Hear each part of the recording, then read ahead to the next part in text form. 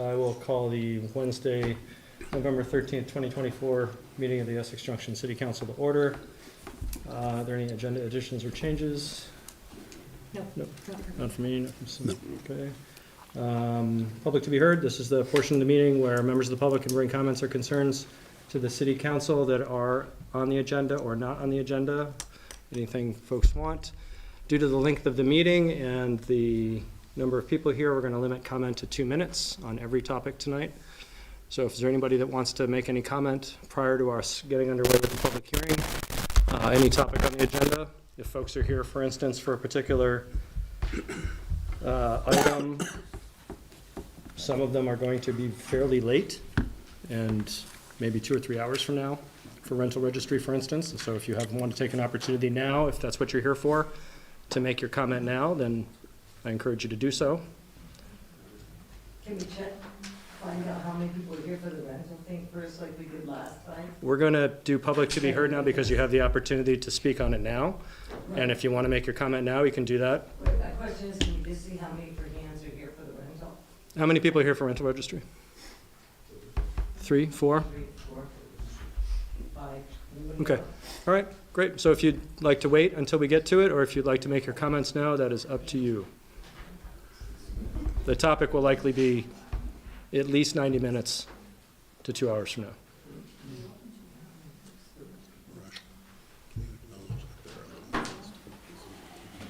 What's that?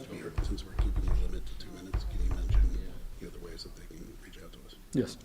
And good point. Mr. Chairman, I mean, can I talk about the stormwater, or that's going to be a separate? We're going to do that in just a moment. We'll get to stormwater pretty soon. Okay. Yep, absolutely. We're going to have a public hearing on that. We'll take comment during that in a few minutes. Thank you. Sure. Okay. If there are, I don't see any. Other methods? Yes. So if the 2-minute limit is too little, there's always email. You can always reach out to us by phone. Our contact information is online. And most of us would be happy to meet. I just want to check. Brad, would you like to speak right now? Yeah, if possible, on the rental registry. Sure. My name's Brad Rubin, representing the village at Autumn Pond. And we've spoken before at previous meetings. There's 300 units there and another 117 under construction, so we'll have 417 units. And all I've learned about this over the previous meetings is we don't see this as a practical way to monitor our rentals, or a good number of, especially the new construction rentals. We have a number of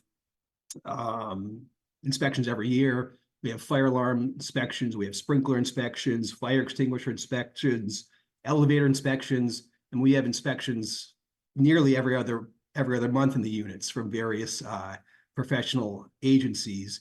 And I still don't understand what the city inspection is going to accomplish.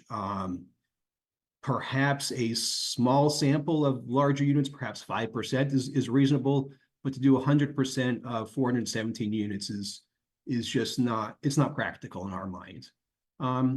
So that's all I have to add. Thank you very much. Thank you, Brad. Is there anyone else online? Looking at Brad is the only one I saw. Christine, did you still want to make a comment? Yes, if I could. Sure. I appreciate the consideration that you're making for the rental registry. A quick story is, and I do appreciate the logistics and the obstacles that go in the way, but I wanted to share a quick story. There's a friend of mine that lived in Essex Junction for close to 10 years. And the place that she was renting went to be sold.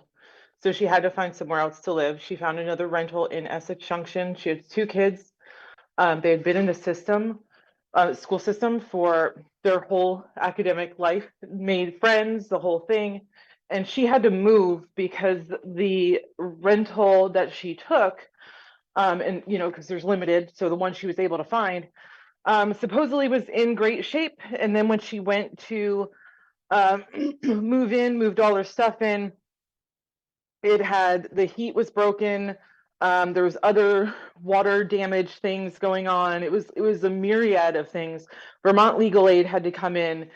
That was all on her shoulders as a single mom trying to go through all of this. I can only imagine the emotional and mental stress that went along with the financial stress that she went through.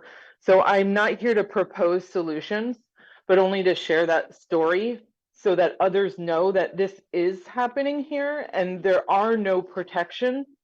And there needs to be something done to protect people like my friend, who now no longer lives in Essex Junction and was a fantastic resident. Thank you. Thank you, Christine. All right, going back to the list. I don't see anyone else online. Is there anyone in the room who wants to make a comment on any topic at all? Going once, going twice? Okay. We will move on to the public hearing, the first public hearing on Ordinance 8, Regulations of Motor Vehicles. So I'll open that public hearing now. Okay, so Paul Courtois here, your lieutenant. Have a seat. And I am going to just bring up the changes to this ordinance. We don't need to go through them in a whole lot of detail, but oh, sorry, let me actually get sharing here. And I'm gonna ask for a friend, maybe Amber, to check the hands, because as soon as I start sharing, I'm not going to be able to see anything.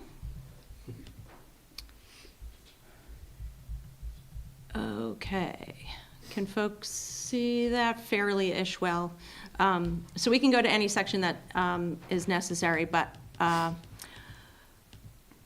basically, the edits in here are for the Crescent Connector. There are some changes that are now identified in this ordinance. There are also a few changes that were made because of the traffic pattern change coming out of Global Foundries on River Street to Park Street. Then there were some, the neighborhoods down by Wickham Farms were not included in here, so they have been added as well. Paul, anything else you want to give as an overview of why we've got these edits added into our streets ordinance? No, besides updating the policy, the ordinance to what it needs to be at this point. Yeah. Okay. So this just basically accommodates the new park, the new street, the new traffic patterns, as you said. Yes. Adds some streets that were missing from the ordinance in a couple sections. Streets that have been added since this was originally done, it sounds like, and just make some minor updates. That's correct. Yeah. Okay. I don't have any further questions on it. Does anyone in the room have any questions on this ordinance update specifically? I don't see anyone here.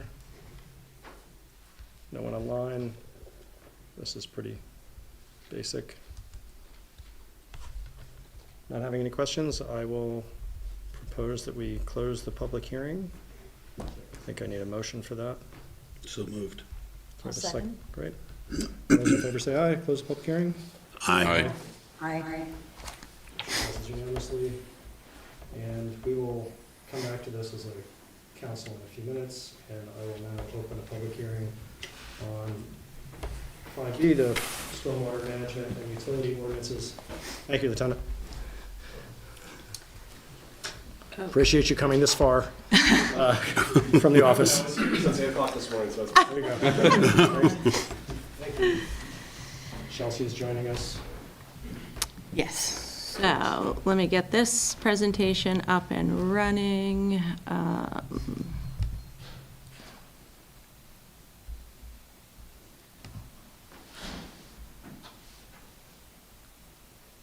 Okay. All right. So for anyone that doesn't know, I am Chelsea Mandigo. I am the water quality superintendent for the city, and part of the hat that I wear is overseeing stormwater. So I'll be talking about the stormwater ordinance today.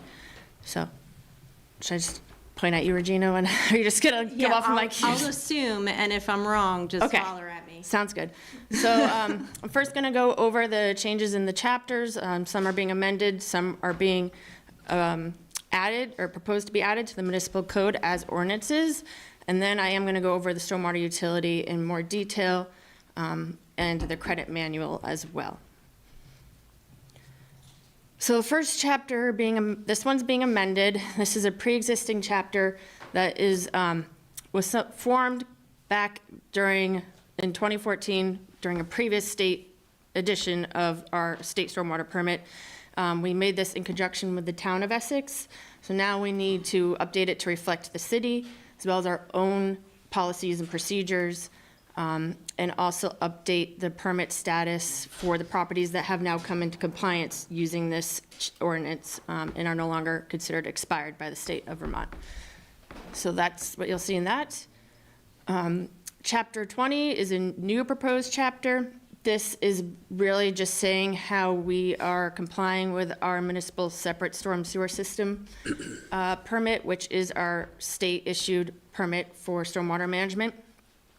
A lot of what was moved into this chapter was part of the land development code, but honestly didn't really belong in the land development code because it did not pertain to parcel development. And it was more just how we are managing stormwater. So examples are prohibitions of what you cannot put down into the storm sewer system, notification of if you have any spills into our infrastructure, stormwater infrastructure, as well as inspection and enforcement procedures that the city has, and operation and maintenance of infrastructure. And then the last chapter, which I'm sure is why a lot of people are here today, is related to, it's a new chapter, regulation of stormwater utility, and this is going to be how the city is looking forward to pay, or towards paying our stormwater compliance and all the work that we need to do to meet our state permit. So this is really what, if this, or when this ordinance passes, it will create the utility. And so it has how we're going to administer the utility, how it was developed, various procedures related to the utility, how we developed the residential units that are assigned to each parcel, the credit system, billing and collections, and then how we're going to form the enterprise fund, which is how stormwater will be paid for moving forward, like it is for wastewater and water and sanitation. So what is stormwater utility? It is not a new way of charging for stormwater. At the bottom it says that already 7 communities in the state have established stormwater utilities, and they all are communities that have the state regulated permits. So it's a way to create user fees, and because you can't measure the amount of stormwater runoff coming off a property like you can water, you can't meter it like you can water. It's based on the pervious area, which I'll talk about in a minute. It's fair and equitable, stable source of funding, and currently the stormwater is funded through the general fund, which is based on property taxes, and so tax-exempt properties do not contribute to stormwater management. Next slide. Trying. Okay.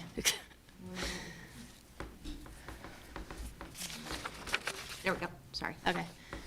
So we're just going to talk a little bit about impervious area. So technically, as part of the utility, it's defined as a developed area of land that prevents or significantly impedes the infiltration of stormwater into the soil. And you'll see that on the picture on the right. Anything in blue is considered impervious surface. So in this example, this is a parcel in the city. It is the rooftops in the parking lot here. And so that unit of charge is going to be called an equivalent residential unit. And this is basically what we did is we hired a consultant to do aerial imagery analysis, looking at the parcels in the city, finding the median amount of impervious area in the city, which was found to be 2,823 square feet. So that is what one equivalent unit is going to equal. And then, and that's for a single family home, which we'll talk about in the next slide what that's defined as. And then for a non-single family residential parcel, it's about the measured amount of impervious area you have on your parcel. So this is a little bit of a flow chart here to decipher which category and how we calculate the rates. So if you are a single family home, which is considered also a duplex and triplex, so 1 to 3 units, is going to be 1 equivalent unit. And then if you're 4 more units, you're a non-single family residential unit, and that is where we measure the amount of impervious surface on the property. And you divide that by that median amount that we found. So, and that's how you get your equivalent residential unit rate. And then you put that rate again, or unit against the rate that we set for 1 ERU, and that is how we determine your bill. There is going to be a credit manual, which we'll talk about towards the end of the hearing. So here's some examples of actual properties in the city. We have our typical single-family residential property on the left, and so that is just within the median. It's signed 1 ERU. Then commercial property, the amount of impervious area shown in the blue there, you'll see the square footage, and then you divide that by that 28293 square feet for 1 single residential unit, and that's how you get 20. So one thing in the utility is we are going to round up to the nearest integer, so that was calculated to be 20, and you multiply that by the 7269, which is draft rate at this point in time, and that's how we determined that fee. So these are just showing some examples. That's on the far right is a tax exempt property, showing how that they would contribute to the stormwater fees. So the credit manual. This is only eligible for non-single family residential properties. You would have to apply online or through the mail to the stormwater department. And your credit cannot be more than 50% of your total assessed fee, or at a minimum, you have to pay at least 1 equivalent unit charge. And next slide. There's 3 categories that are part of the credit manual. The biggest one being the stormwater treatment practice. So any non-single family residential parcel that already has stormwater practices on their property can be eligible for this credit. It's really based on what type of stormwater practice you have and how it relates to the Vermont Stormwater Manual, Management Manual.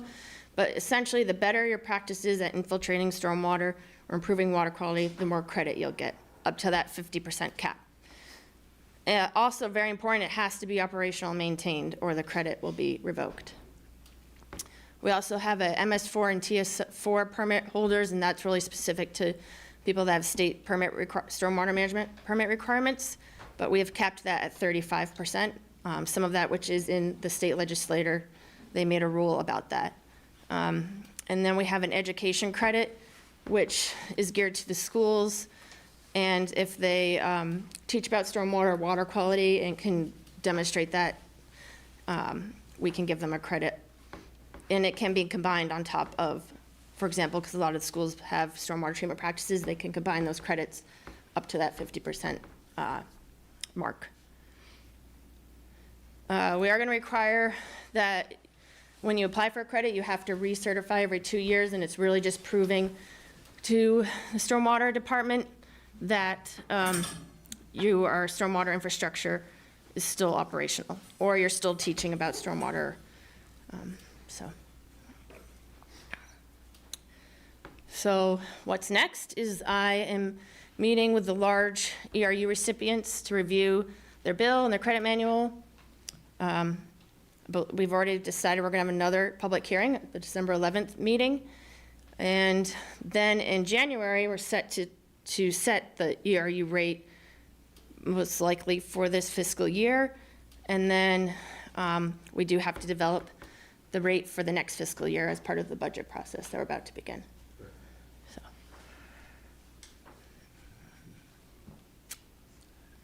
Okay. So councilor questions will come later. Yep. Any questions or comments from members of the public?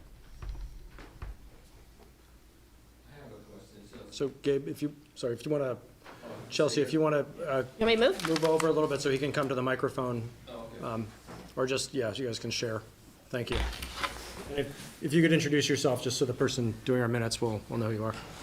Gabriel Handy. I represent Handy Hotels and Rental. And we own the 2 shopping centers big lots in the Essex Plaza across the street. And I just wanted to know the calculation they came up with, Chelsea, is that based on other towns' calculation, or is that something, how did you come up with these numbers? Well, the way we form the utility is a standard method, but the way that these numbers were calculated was with the consultant doing that aerial assessment, measuring the amount of pervious surface for every non-single family residential parcel in the city. Well, I'm talking about the 2 shopping centers, not residential family. Yeah, that's just the term, but shopping center does fall into that. Okay, in Yep. my case, I just hired a firm, Watershed, to maintain on-site stormwater, and we got a grant from the state to do that. So does that gives me a credit on the amount you think you're charging? Potentially, yep. We can have a separate meeting and talk about it, but if you have stormwater treatment practices, there's a high chance. Some That of would my be- other that- buildings, I'm sorry, some of my other buildings also has the perforous asphalts where it maintains it on ground, on site. We're not connected to your stormwater because we Yep. maintain it on our own. My new project, the hotel here, also the same thing. We maintain it on site. So I just find these on top, the tax increase we had this year, 15%, and then coming in now with stormwater impacts, and then there's a few other things coming down the line with rental registry and all of that. It's getting to be unaffordable. And for a guy like me who loves to invest in this town, for the last 10 years, I've probably added $150 million to the tax base. I'm starting to think, should I go somewhere else now and reinvest?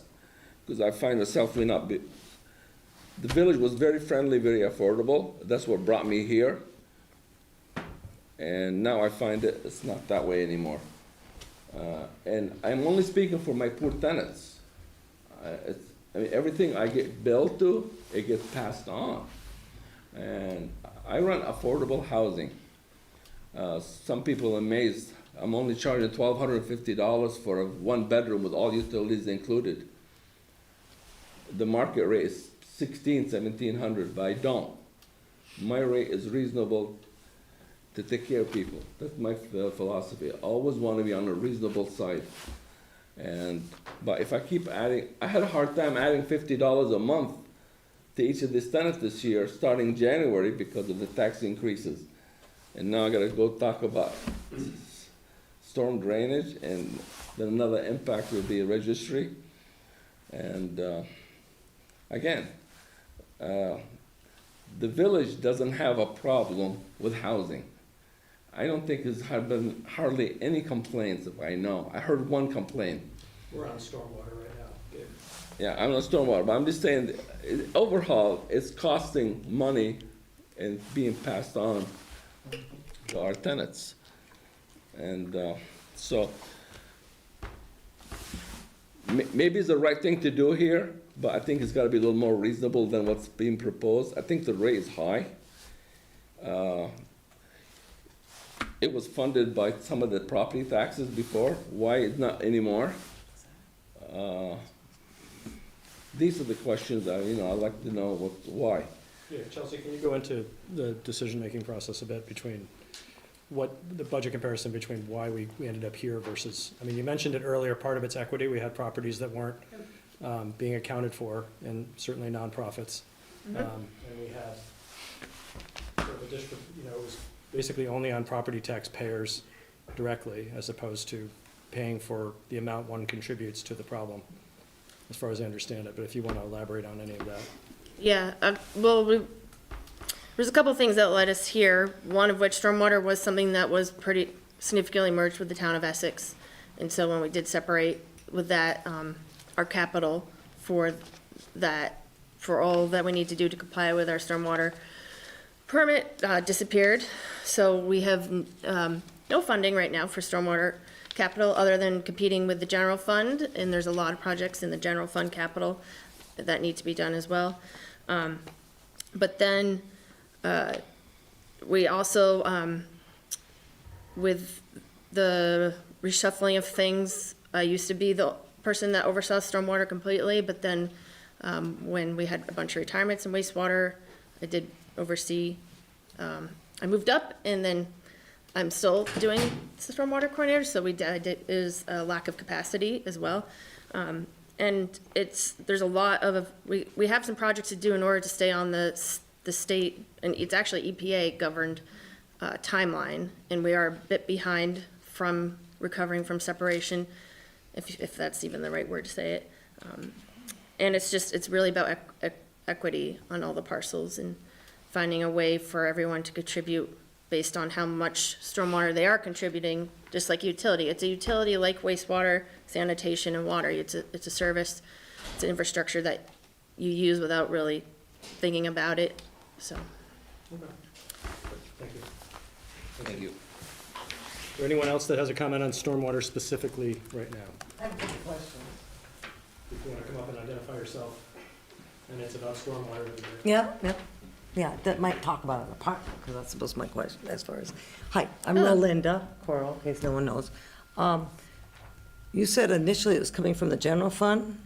That's how stormwater has been paid for. Right, and so now it's going to be funded among the taxpayers of the city of Essex, where all these years it's been funded from the taxpayers of the village of Essex.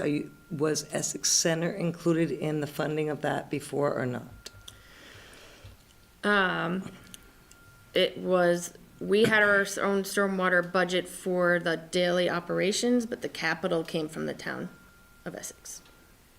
Meaning, From the 22,000 people that resided in the town of Essex. right, but you say the capital, I mean, I guess. Capital projects, I should say, or stuff to Right, invest in but the if- infrastructure. The way I'm understanding, or the way you explained it, was in order for us to keep, for the follow the EPA's guidelines, sounds like you got a lot of work to do. Yes. What caused that to get so far behind? Was it becoming a city so fast, or how did this happen? I mean, if we stay. I might have misspoke, we're not that far behind, but for the past 3 years, the stormwater department has been significantly underfunded, that I'm just barely maintaining the absolute minimum to keep afloat.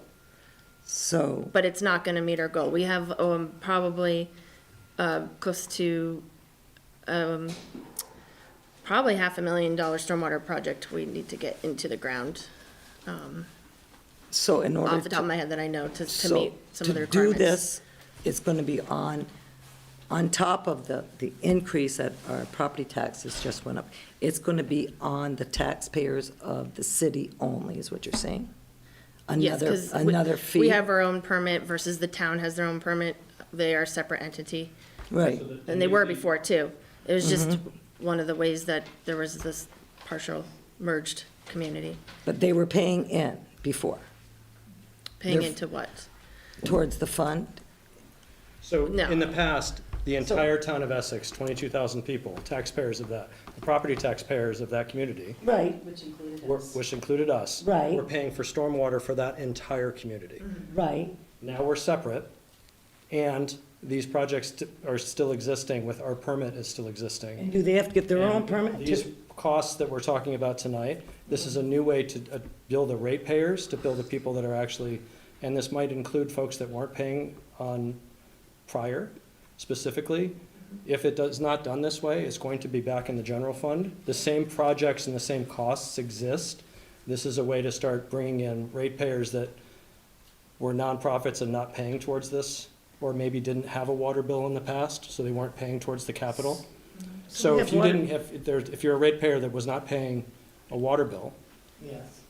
we weren't capturing that cost from you. Well, So, if, like, for instance, take the one that I have 1 meter that comes into my house, 1 meter that charges me double fees of everything, okay?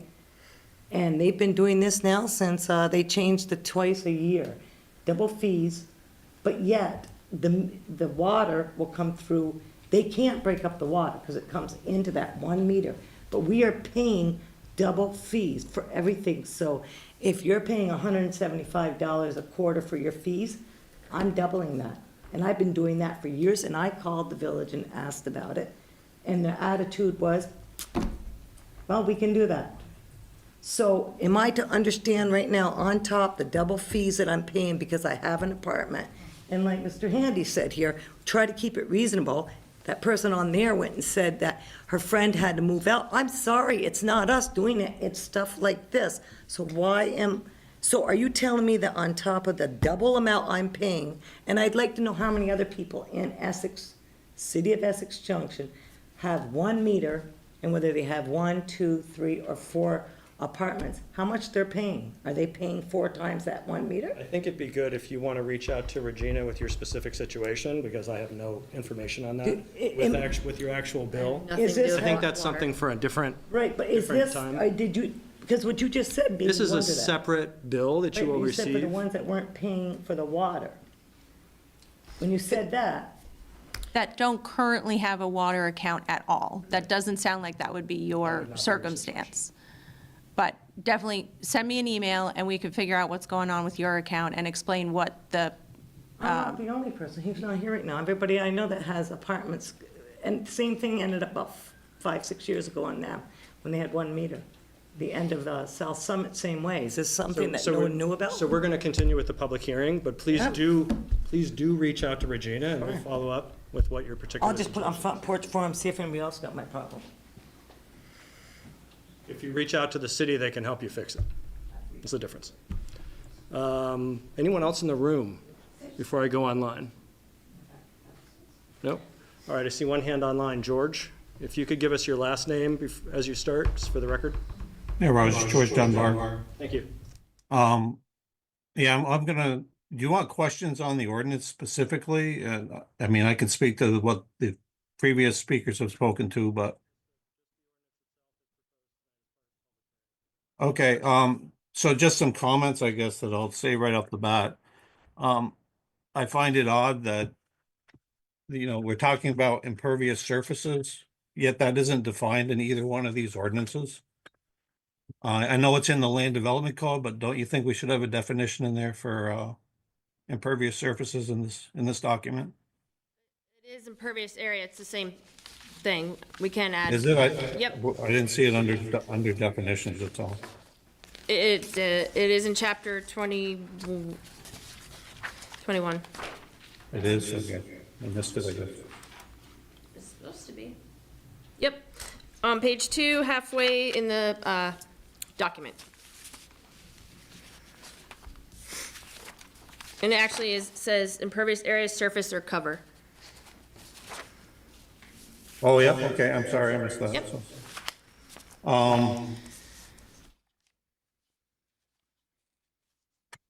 So this is only for water discharge that occurs into the public water system, right? Yes.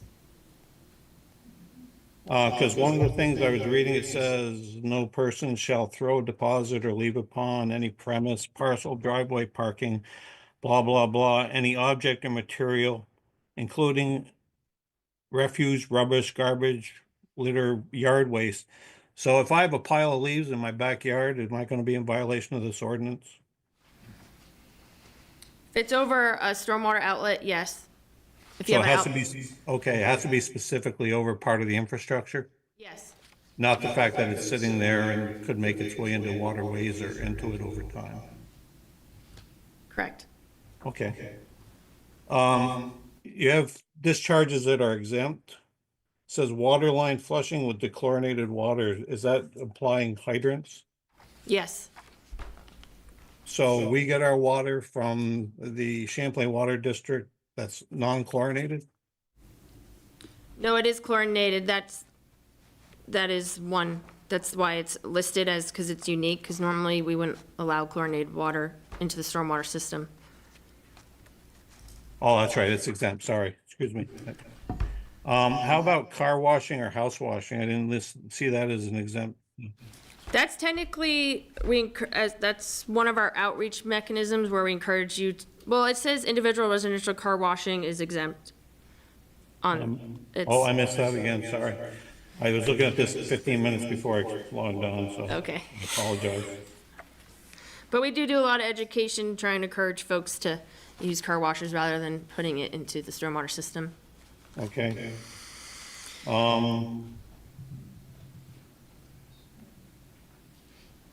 And George, we are gonna have a second one on the, not to dissuade you right now, keep going, but we are gonna have a second one on December 11th if you want some more time. Okay, I'll try to be more prepared. It's okay. But yeah, I can leave it at that, knowing that there's gonna be a second one on December 11th, and I can come back. Let me just look at my notes and see if there was one absolutely burning question I had here, so. The only other, I guess, a comment, under section 2105 in the stormwater utility. It says the council shall establish by motion the annual fee. Should that's, I mean, you can make a motion unless you have an action, you really can't develop anything. That's just sort of a technicality, I guess. But, Okay. Thank you.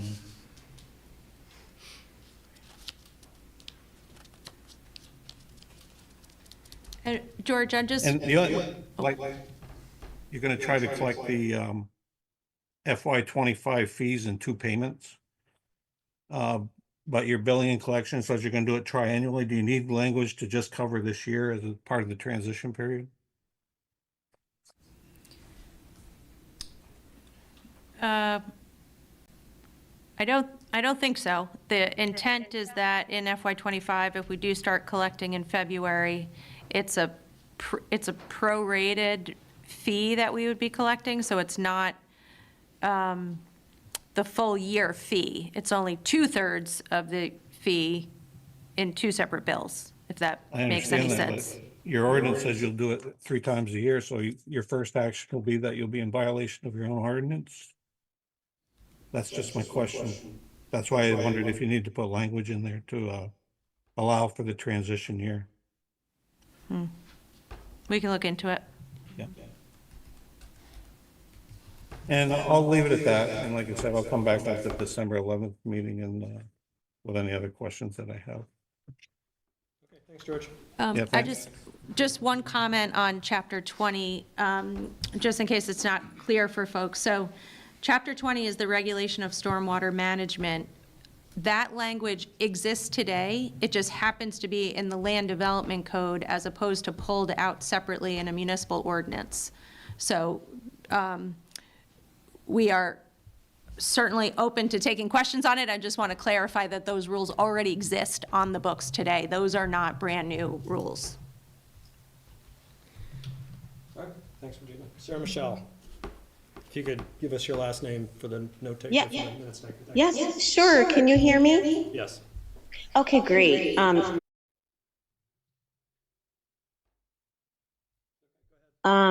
Sarah Michelle, and I'm new to this whole issue. I just have 2 questions given what I've heard so far. One is, and there must have been like incredible negotiations going on with the whole split and everything, but was there any consideration to the fact that there was a number of years that we paid into the capital fund for this issue, for the stormwater? Yes. Okay. And, okay. And can you give me any more information, or that was just like well, we won't? Intense negotiation around how that would be, but there was also acceptance that any fund balance that we paid into for years, any capital funds that were remaining or paid to the town on our behalf would remain with the town. Got it. Any funds that were, I don't have specifics in front of me in terms of how what was left behind and how that all went, but that was part of the discussion. It was part of the acceptance of separating. It was discussed fairly in detail during that whole period. And you said it was very difficult. It took many months to go through those negotiations. But that, I mean, to be quite honest, that was sort of an expectation, I think, that was set from the outset, that we would not be recovering, like I said, fund balance or anything that we paid to the town on our behalf was going to stay with the town. I see. Okay, thank you. And the second question I had was, what happens if we don't reach the milestone that we're supposed to reach? For stormwater. But it's gonna be it's a collective reach, so there are a dozen or so considered MS4 communities in the state of Vermont, most of them in Chittenden County. So we all have to comply with these stormwater permit requirements to clean up Lake Champlain, and it's all based on the EPA's Lake Champlain total maximum daily loads calculation. This is getting into the weeds, but it would be the assessment as how far the state is away from achieving those targets that the federal government set for us, and then they would be the ones giving the action down to the state of Vermont, that then they would pass that through to the municipalities to tell us probably to do more stormwater projects, remove more phosphorus from the lake. So okay, yeah, that's helpful. So it's not as if there would be any funding that we wouldn't get. That there wouldn't be, I suppose, a penalty. the EPA could penalize the state of Vermont, but it most likely would be the state as a whole. And what does that look like? I mean, do you know anything about that? Has that ever happened? Do you know? I do not know anything about that, no. And are we paying statewide for things as well? Is there any type of stormwater tax or anything that, or is it just, policy that's passed down to, like, in terms of the mitigation now, do we pay anything now statewide? Well, we do pay an annual fee to the state, but that's part of what's required as our permit. It's a fee for the permit. How much is that? I think it's around 9,000. I might be getting confused with wastewater because we also pay a state fee for a similar EPA permit. It's either 6,000 or 9,000. Okay. Yeah. A year. That's helpful. A year. Huh, okay. That's interesting. Okay, thank you for that information. Thank you. I'm not seeing any other hands up online. Anyone else in the room? If not, I will entertain a motion to close the public hearing. So moved. Second. Great. All those in favor say aye. Aye. We are out of the public hearing. And moving on to business item 6A, discussion and consideration of amendments to Ordinance 8, regulation of motor vehicles.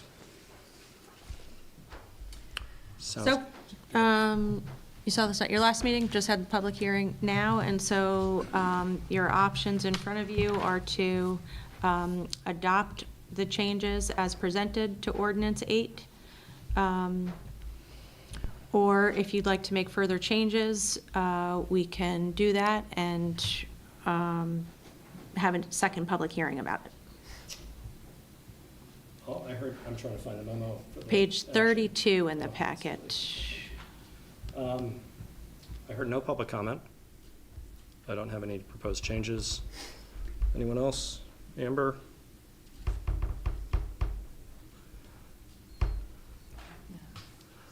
If not, I'll just move ahead with the motion. I move that the City Council approve the amendments to Essex Junction Municipal Ordinance, Chapter 8, and ordinance relating to motor vehicle regulations. Second. Great. All those in favor say aye. Aye. Motion passes unanimously. Excellent. A discussion and consideration 6B of stormwater-related ordinances, amendments to Ordinance 19, stormwater permit transfer, new Ordinance 20, stormwater management, and new Ordinance 21, stormwater utility. So we just had the public hearing on this. Any counselor comments or questions? Since we're having another public hearing in December, I'm assuming we're not moving to approve this today. Correct. Marcus? I think based on the comments that I've heard so far, one question I might ask is, again, looking at our FY25 budget, for stormwater in the general fund, it was $230,000. What would that impact look like potentially with the utility stood up? Are we talking for a 1-for-1? So 230 is going to come off the general fund. and I do want to emphasize again that I do appreciate this coming from the standpoint of fees based on the impact versus fees for fees. So I do appreciate that, but I do want to understand, based on the comments I'm hearing, that what that might look like. So I can take this? So yes, currently we are in FY '25. In your general fund budget, there is approximately $230,000 in the general fund for the stormwater management program. So that essentially funds the very bare minimum of what we need to be doing to keep up with our permit requirement, as Chelsea was describing before. And so essentially we have had interns, stormwater interns, the last couple of years that help go out and inspect the infrastructure. A number of other, we have had some matches for some minor grant applications that help us keep up with some of this infrastructure.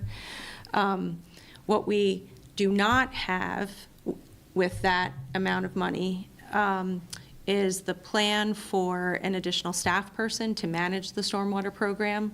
As Chelsea alluded to before, Chelsea was promoted to Jim Jutros's seat when he was retired, and her full role that she filled before has not been backfilled by anybody. And so it's the stormwater program management that has suffered a bit from that end. But in addition to that, what we're also not doing in that budget is supporting the capital projects that we need to do. So those are the actual infrastructure projects in the ground to properly manage our stormwater in order to reduce the phosphorus coming out of the city, in order to keep the Lake Champlain healthy. So the $230,000 is already going to be paid by everybody in FY '25 with their taxes. The FY '25 stormwater utility rate is assuming not a $230,000 budget, an increased budget above that in order to start fulfilling that work that's not yet done.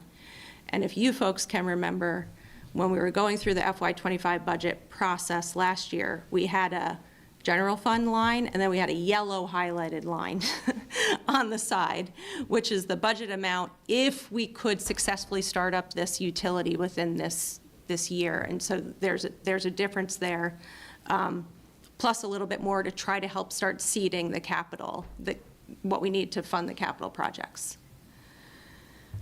So as we're currently looking at it, the FY '25 stormwater utility fee, if we get that going in FY '25, is really, we would look at that in terms of either phasing it in, starting in February, or pushing it back to the last FY '25 utility bill rate in order to start doing these new things. So the later we start it, the later we can basically start getting ready to do the other work that we haven't been doing so far. Does that help? Yeah, I'll just ask a question for additional clarity. And again, I'm just going to use the FY '25 numbers that I have here in front of me to foresee, look into the future. Let's say these were the FY '26 numbers. Then again, we're not talking about 230 plus the 353. We're talking about doing this funding in a way so that it's based on impact, not just on general property taxation. And it is to, again, as I hear you, to make sure that we are properly funding it, to make sure that the capital project is taken care of so that we can meet our targets and our goals that have been set down from federal and state standards or statute. So would that fair to say? So we're not, yes, there's no doubling up or anything like that. These Correct. stormwater's coming out of general. This is going to be a program fund, or we'll call it a stormwater, but it's going to be Yeah, enterprise fund. enterprise fund. Thank you. And so essentially in FY '26, if we think about this transition into FY '26, what your FY '26 budget will look like is no stormwater program funds in the general fund at all. That will not be charged to taxes. So when we present your FY '26 budget very soon, you'll see the FY '25 stormwater fund in the general fund go down to zero. And as we've talked about before, that's only $230,000. The program itself is going to be more than $230,000 when we look at it in FY '26. But it is not going to be on the tax levy. It's going to be utility fee because it is more equitable across the city because everybody has stormwater coming off of their property. Even folks that are tax exempt. So that's the idea. Thank you. Yep. Amber, anything? No? Tim? I don't have any further questions. Okay. So we'll come back to this on December 11th. All right, Susan is here. Thank you, Chelsea, appreciate it. Thank you, Chelsea. Thank you, Chelsea. Oh, I'm sorry. Don't go. I would like a motion to hold a public hearing on December 11th. I move that we hold a public hearing on December 11th to further discuss the stormwater and utility ordinances as discussed this evening. Second. All those in favor say aye. Aye. Aye. Motion passes unanimously. Okay. Thank you for catching that. Thank you again, Chelsea. Okay, 6C, Department Head Brief to Council, Susan McNamara Hill, City Clerk. Welcome. Hi. Please. Hi, thanks for joining us. Thanks for joining us. Yeah, you're welcome. Very far Getting away. used to late nights now. Yeah. It will be a late one.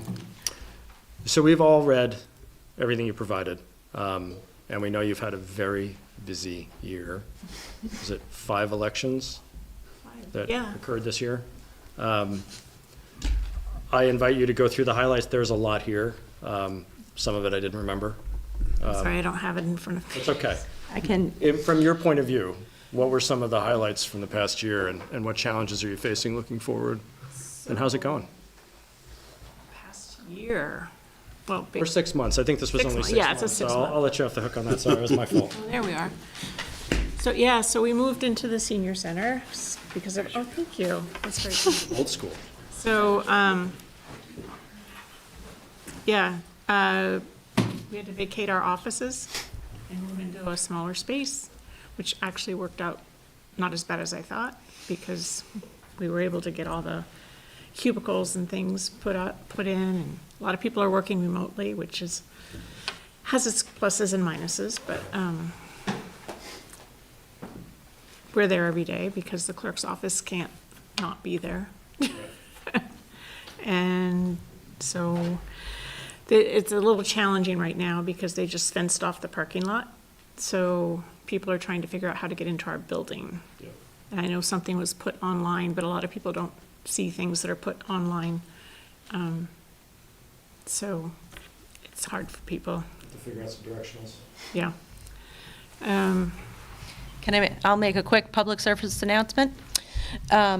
So if you pull into the 2 Lincoln complex like you are used to, you have your library on the right, that parking lot immediately on the left is fenced off. So in order to get to the 2 Lincoln offices, you can keep going down that driveway, park behind the fire department and the library, and then you can walk in front of the fire department in order to get into the 2 Lincoln offices. That's your best pathway. You can also turn into the fire station parking lot and park on the limited parking on the right-hand side and just walk around the corner to get into our office as well. So I guess we're gonna be in that situation for the next 6 months or so. So as far as, things continue to go well with, the assistant clerk that we hired when we started as a city, no, a year after we started as a city. So he's coming along and learning most of the job. The elections, I think, have been going well. We have a pretty good crew of people that come in and help, and it's improving. I'm looking at improving some communications and structure to tell people what to do when they get there. So I don't know that I have anything else to add, but I'd love to hear any questions. I will certainly say that I had the opportunity to finally work more than like an hour at one of the, this last election, and it looked like it went very smoothly. It was really busy. I don't think I've ever seen it that busy at the polls. The vests were a great touch. I thought it went really well. It sounds like you were really busy registering an enormous number of people. That was something new for this election, because normally, I'm not normally there the whole day, and people who weren't registered to vote would be able to fill out an application and leave it with the person who checks them in. They write their name and they give them the ballot. And then after the election, I will have to go add all those names and make sure I say it's the election date, or I won't be able to put them in for participation in the election, which is a report I have to do to the state. But this time, it was important, I thought, to be there and on the computer and put them into the system. That way, if I would get a message popping up, this person, like say they moved here from Colchester, this person was issued a ballot in Colchester, check with the clerk or the person to see. And they said, oh, I don't remember getting a ballot, and here, sign this affidavit, please. And that, so we were following the law that way, which was, that's one of the hitches with the universal ballot mailing as well. But that's another story. So that was very busy, taking people's registrations. I think I ended up with about 155 voters coming to vote that had not registered before they got there. So that, and what was it? It's gone. There was something else. Maybe the amount of time prior to Election Day, maybe the amount of time prior to Election Day and Yes. dealing with the ballots that are coming in, trickling We're in. very busy with ballots coming in. As the ballots come in, we check them into the system. So that way, when we print the paper checklist for the election, it'll say right on there if the ballot's been returned. And that way, if that person came in to vote, you'd say, you already voted? Sorry. So, and that's a way that the system is, the checks of the system to make sure it's being done correctly. See, I think I told you all that. That was that was time consuming, but I think it was a good idea. We also, for the first time, we changed the traffic pattern so that the cars were exiting out by the VFW instead of the way they came in. Because I know in years or months past, it's hard sometimes to get out when cars are coming in that same way. So I think that worked well. Yeah, you were working traffic. Yeah, Probably why it worked. I did take a moment and own it, that's for sure. And it was a great experience, and I will say I look forward to the next time, because every time we do this, it gets a little bit smoother, a little bit better. People are getting used to it. Again, I heard from lots of people who showed up on the day and did not realize we were at this location because they hadn't voted since the last presidential election. And it's like, how long have you been here? 2 years? Really? Yes. But yes, when things were flowing and moving, it worked really well. And I know that there's going to be feedback opportunities and more discussion with the BCA to come up with some more formalized processes around this, or some understandings at least, so that we can do this. But I will say my two biggest takeaways is, yes, I think the parking and the flow of traffic worked better, especially when it was being managed with people outside. And then the other was the training before that. It was a good opportunity for people, especially those new people, to come have a conversation, because I have been there in the past, and it's kind of like trial by fire. Observe and then get your roll up your sleeves and go. So I think it worked. It felt really good to me. The feedback that I heard from people coming out seemed very positive, so I thought it was a great experience. And I will say, I was there at 7 in the morning, and I was there at 7, 8 o'clock at night. You were there the whole time I was there, and I really appreciated you being on site. I thought it made a big difference for all the volunteers, as well as people coming and being able to have that moment so that they could register, because, yeah, there was a pretty steady flow of people all day long. Yeah. So thank you. We had, ended up with 6,199 ballots. So it ended up being a 75% voter turnout. I don't think I have ever seen that before. That's unheard of. It was, yeah, it's huge. I mean, there wasn't all 6,200 people walking in the building, because 4,000 of those ballots were mailed. But, yeah, it was still busy. Then the driveway would have been a whole different scenario. I think you could have taken But- it. You could have taken, yeah. You just put your body in front of it. Any questions or comments from anyone about Elaine? Susan, just want to commend you and the staff for running that election so smoothly. It was a pleasure to participate. It's a pleasure to participate every year, but this year was very smooth. You made a lot of really good improvements that made it better for the residents. And I appreciated some of the process improvements, like the affidavit list. Very, very good improvement.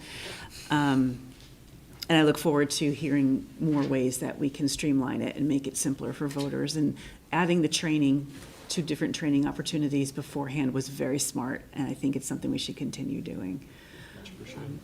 I have a separate question, not related to voting.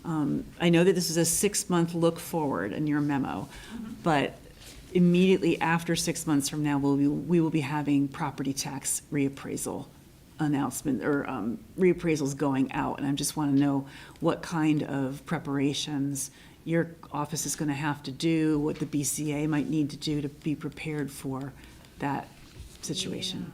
I'm going to watch for, we should watch for the training from VLCT for doing tax appeals.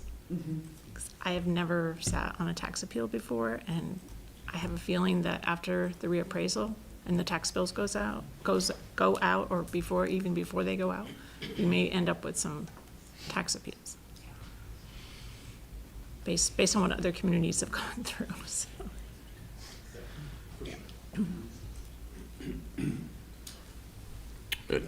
I just wanted to state, we haven't sat, we've seen each other, but we haven't sat in the same room since you were recently awarded the Treasurer of the Year award, which I just wanted to take a moment and say that really reflects the hard work that you do, the dedication that you have to your office and the institution that you are for the city of Essex Junction.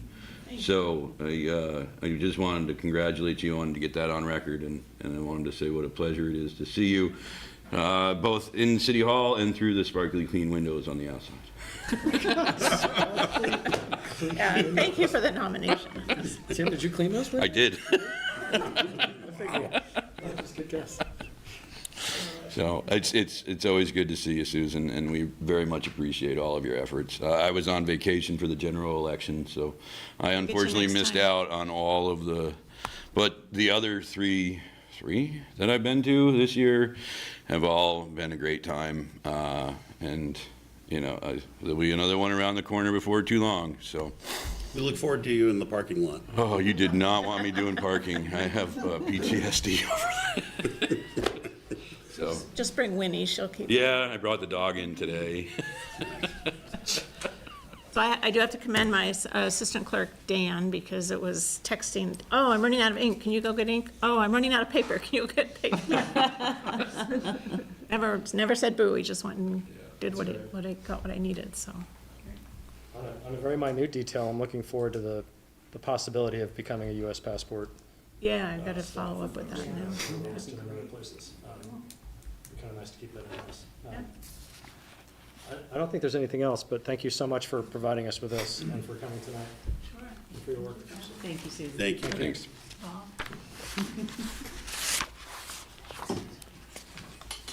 Okay. So we've got 5 people in person, and one's going to join us on Zoom. So we'll move on to Recreation Advisory Committee interviews and consideration of appointments.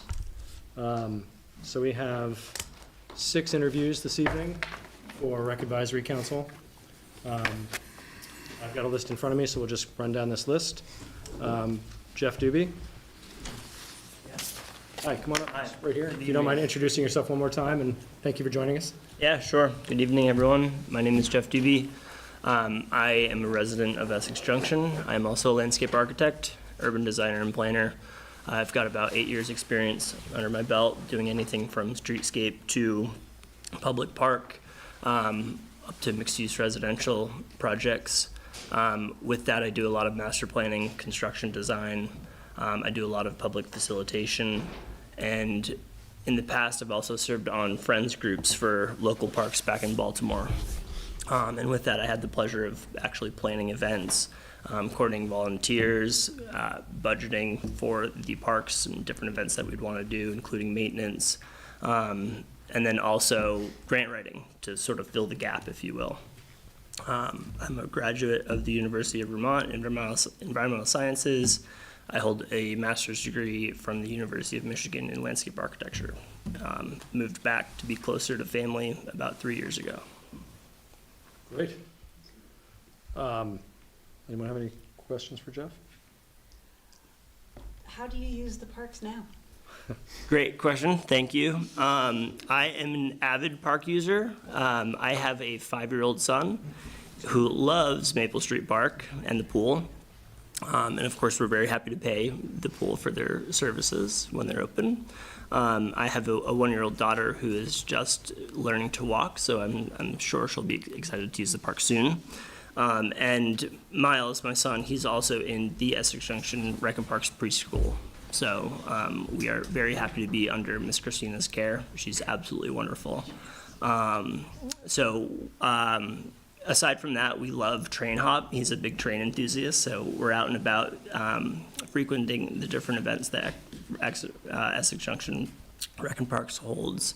But of course, all this to say, I'm very capable of being objective in my review of the parks and the programs that they're looking to put on and the budget and the funds that they're looking to ask for. So while I consider myself very active in the community and the parks program, I recognize that part of this role is keeping the public's trust and sort of oversight and advisory of the Rec and Parks Committee itself.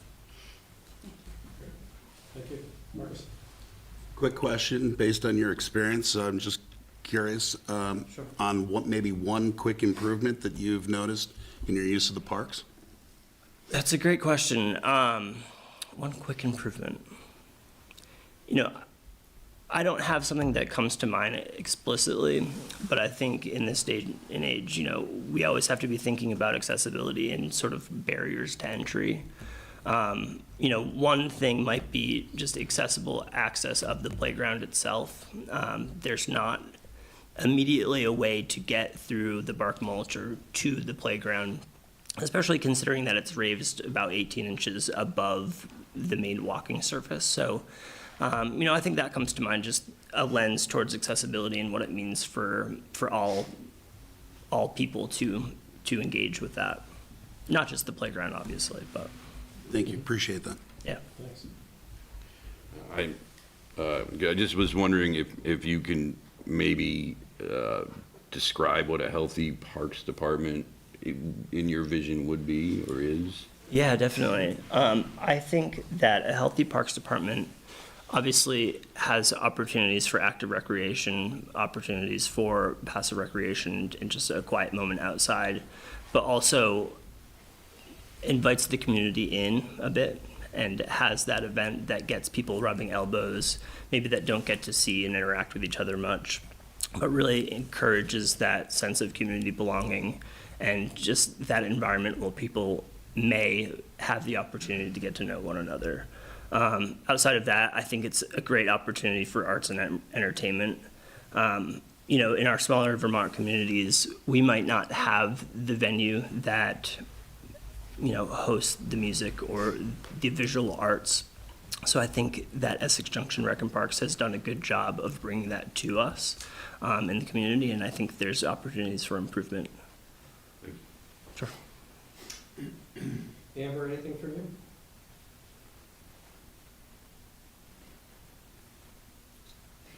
Doesn't sound like. Jeff, I think the. Sorry, I'm good. Okay, great. I think we're good. Thanks. Thank you very much. Appreciate you putting your name Sure. forward. Thanks. Thank you so much. Thanks for coming in. Jocelyn Emilio online, or is it? Oh, can't read my writing. Emilio. I think you're joining us by Zoom. Yes, I am. Sorry about that. Let me see here. I was on mute. So, I am here at home, and I'm kind of in the dark here. I guess you can't really see me. My son is with me.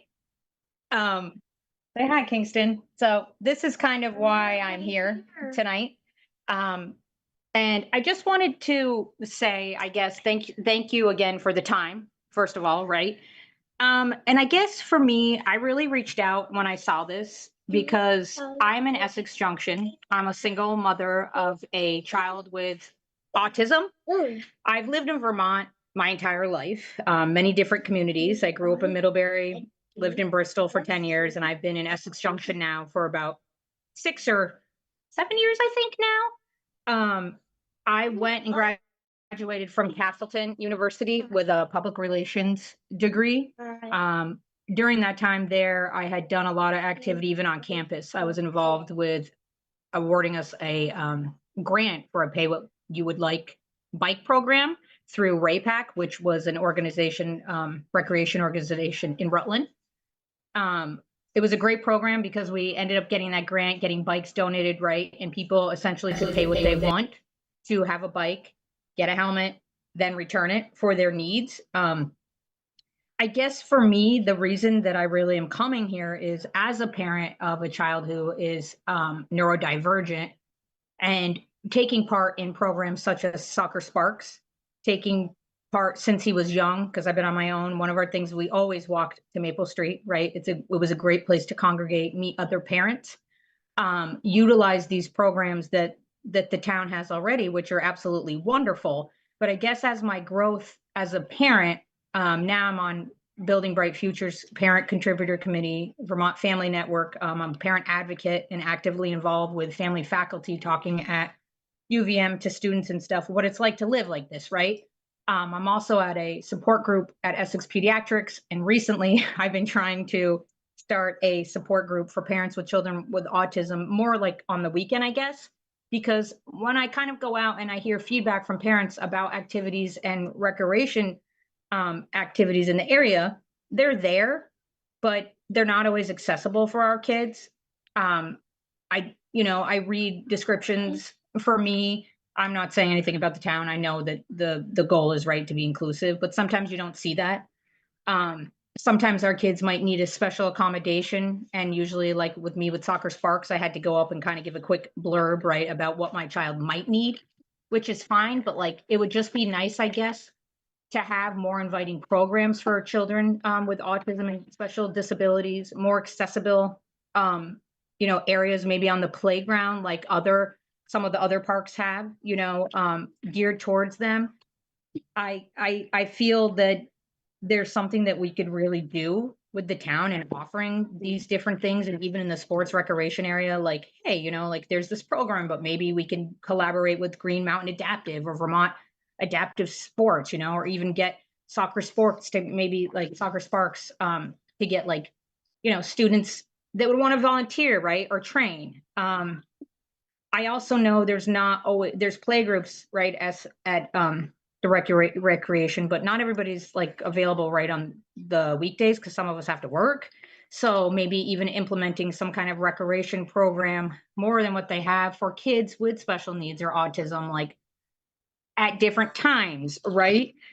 I just think that it would really bring a little bit more inclusivity and with all the areas and the groups that I've been working with, I see that lack, and I'm listening to parents, that I've made connections with, and some of them won't go out because they do get embarrassed. Like, maybe my kids might act this way at the playground, right? And other kids might look at them differently, or maybe my kid can't use this, right? Or maybe my kid, I can't sign him up with kids because there might not be someone there and I feel uncomfortable talking about it, right? So I think that this is a big discussion, and I'm always trying to save the world one thing at a time, but I want to start a little bit slowly. But I just think it's a great place with how things are transpiring and growing and learning about these different areas and avenues of thinking and recreation accessibility that we could expand upon with some of these organizations that I know in that area, and collaborate with the community to hear, their thoughts and maybe offer a couple of things.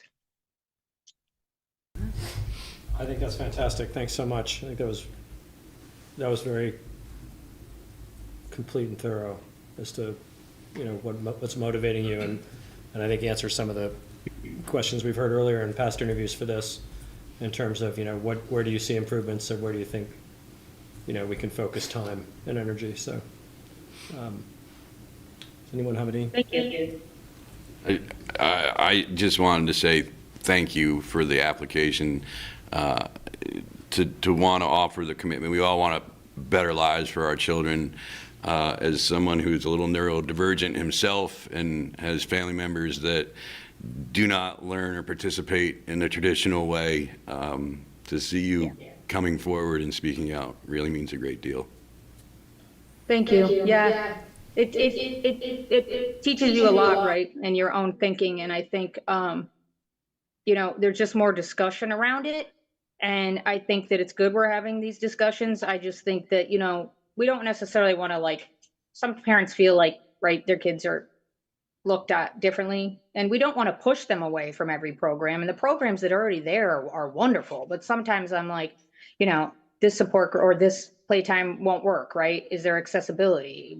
Is my child going to be okay in that environment, right? And it's not everyone's problem, but we want kids to all have that chance, I feel like, doing it, opposed to saying, hey, you can only do this sport through Green Mountain Adaptive, right? I put my son in Soccer Sparks. I was like, you're going to play? He did great. Like I said, I spoke a little bit to the high school student. I told her, I stood by, and I kind of redirected him, because I don't want to also ruin the experience for all the other kids too, right? With me, hey, Kingston, his name is Kingston, go back, right? Go back with the group. But I also don't want to always have to go those other routes. So I've been thinking and doing a lot of things for a few years now. And one of the things too, my company had recently done was we raised money through our program, and we got to pick a foundation, and we picked this foundation called Foundations of Diversity. And we raised a bunch of money for them, but they were awesome, because what I learned through them is they are a foundation ran by autistic individuals.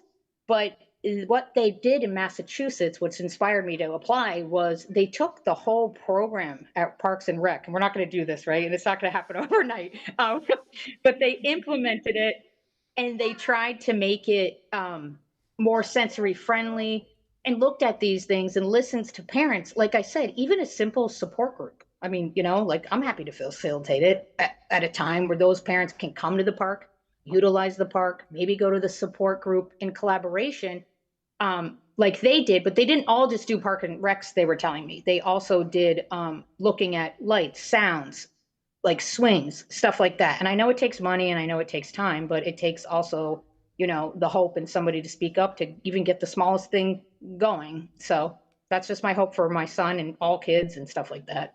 But I'll be quiet now.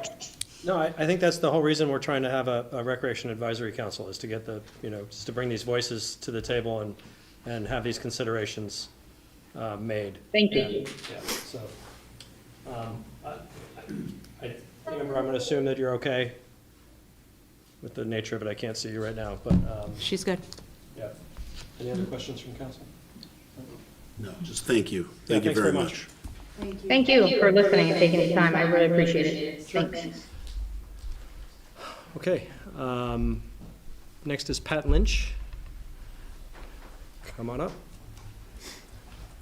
Appreciate your patience. Thanks for No, absolutely. I've never done a job interview in front of a live audience before, so nice. thank you all for coming.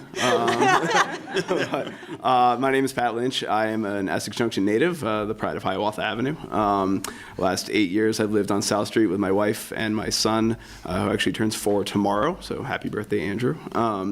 But he's actually, I mean, it's kind of corny as it sounds, he's my inspiration for being here today. I mean, he's definitely, over the last few years, we've gotten very, in case reacquainted with our parks, and we spend a lot of time at Cascade because it's so close to us.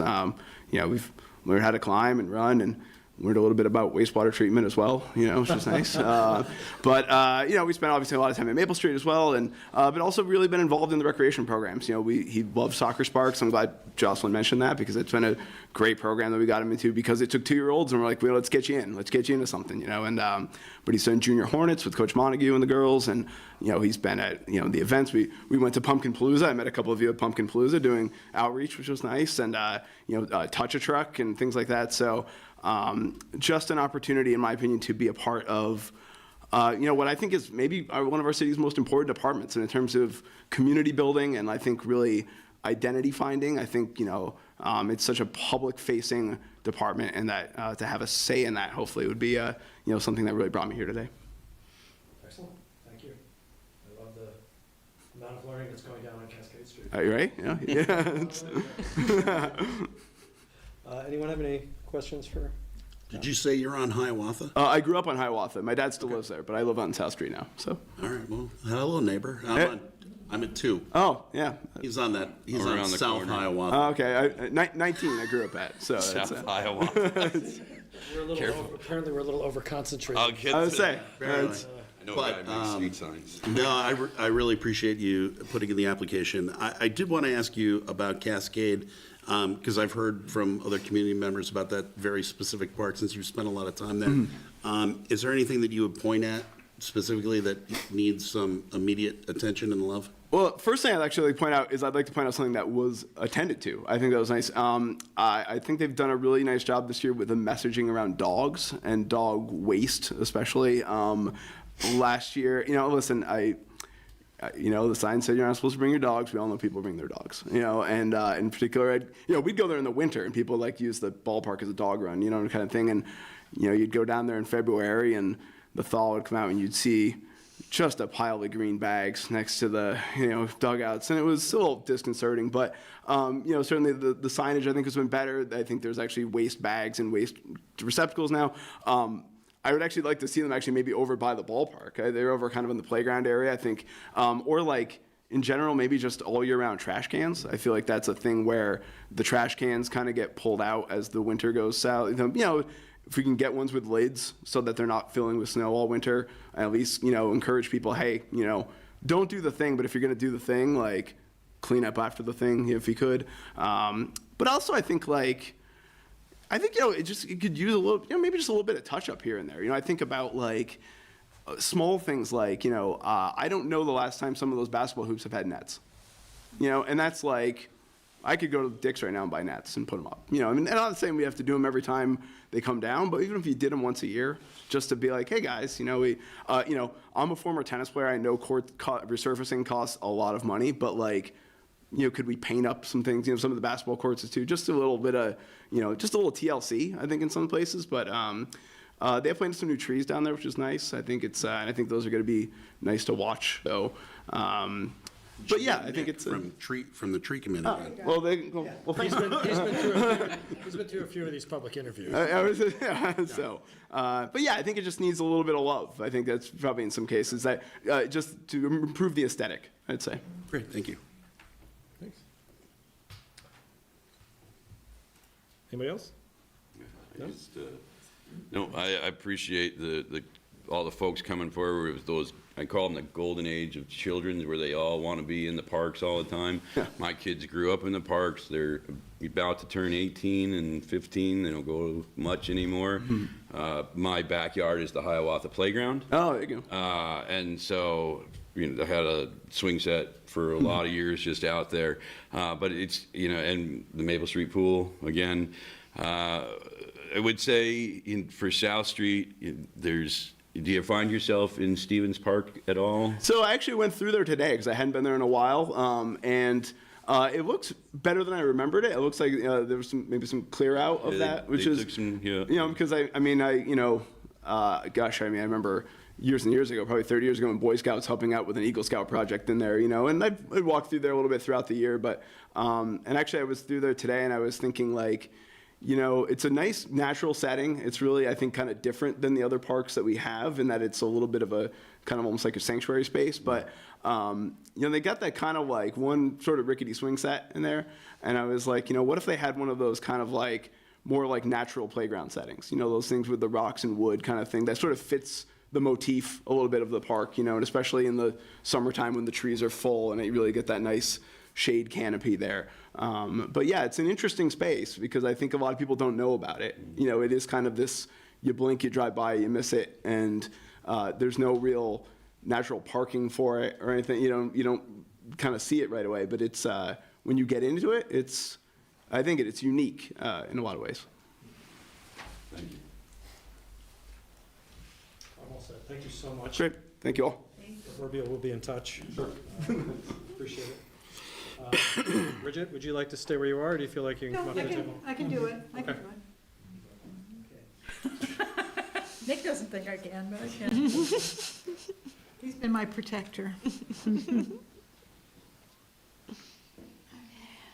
So, I'm Bridget Meyer, lived in the now city for 23 years, and you have my application in front of you, so you know that I served on the Recreation Advisory Council for 12 years before it was disbanded when we attempted to merge. I loved that work. It was some of the best committee work I've ever done.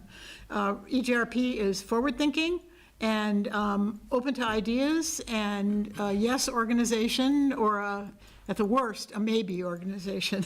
And I really like that because a lot of committee work is kind of plotting and 2 steps forward, 3 steps back, that kind of thing. But sitting on that committee, I was chair for 3 years, was really, really satisfying work, and I'd love to continue it.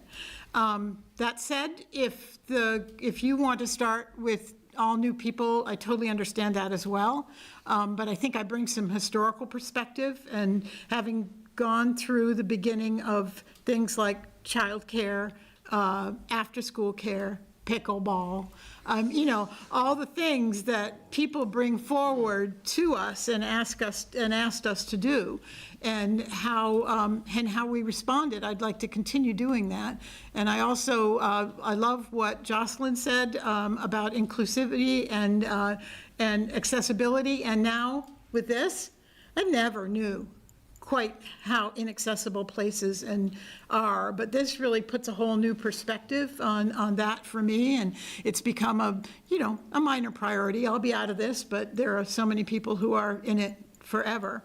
And I like Pat's suggestion about Stevens Park. That would be a priority for me, doing something with that. I think I see the Recreation Advisory Council as are you calling it a committee or a council? I don't know, doesn't matter. RAC, let's call it RAC. I always saw RAC as a conduit between the community and EGRP, and that's how I continue to think of it. I think that our job, or when I was a part of it, was to be an outreach person, was to say, what do you like? What don't you like? What can we improve here? And what are we doing well? There are many space constraints which is frustrating. We had, when I was working, doing that, oh my goodness, the summer programs were just stretched to the limit, and we were always trying to find more ways. And in this day and age of pay to play, it's essential for municipalities to support their recreation departments. We need the facilities, we need the programs, and we desperately need the events. The EGRP is doing all of that now. And as much as I'd love other groups to step forward and maybe take some of these events, that's what they're doing, and they do it well. And I just like to continue that work like I did before. Quick question, only because you called it out, as you've mentioned a couple of the points, priorities already, but I did want to touch on talking about the senior programming specifically. Yep. And again, this is not this question is not, it's this, You gotta have this, that, yeah. but it's a matter of, I'm just curious about what you might think would be a priority, putting more behind general programming or permanency of a center? Yeah, I don't know, and I have not, it is something I'd like to be involved in. I'll be 79 in April. I am obviously a senior. I have participated in the senior center, but only for grant acquisition. I worked with Luann on that. But I'm very interested to see how this develops. And that's something I would ask the community. You know, that's something I want to know from the community. Do we need a center? And do we need programming? Or is programming enough? I mean, could it be held in different places? And that's of great interest to me, and I would certainly do that. And I think whether you appoint me or not, there should be a senior on the council. Whether you have to reach out more or whatever, there should be someone, preferably a high school student, I think, too, because, you know, we want to cover the cradle to grave, right? That's what we want to do. But you tend to get middle-aged people who have kids who want to see them served. But we have a lot of population here in Essex. I can't remember the percentage of older people who also need the stimulation of programming. So, yeah. I'm with you. I'm there too. Yeah, I know. We're all getting there. We're all getting there, yeah. I feel like I know you well enough to know I don't have a lot of questions, so. Great. Could I beg your indulgence for a moment, one moment? Somebody well enough to be worried. Yeah, better do it. I want to thank humbly the fire department and Essex Rescue for helping me when I fractured my femur 3 weeks ago. The fire department came with the most amazing equipment I've ever seen to scoop me out of a tiny doorway and transport me painlessly to Essex Rescue, who then took over in the most professional and kind manner to see me through to the ER, from the ER to the operating room to Miller 6, which is, whoa, something else. And hello, and back home in 2 days. So just amazing. And, you know, I just didn't appreciate fully what you all are capable of doing cheerfully. So I really commend you and thank you so much.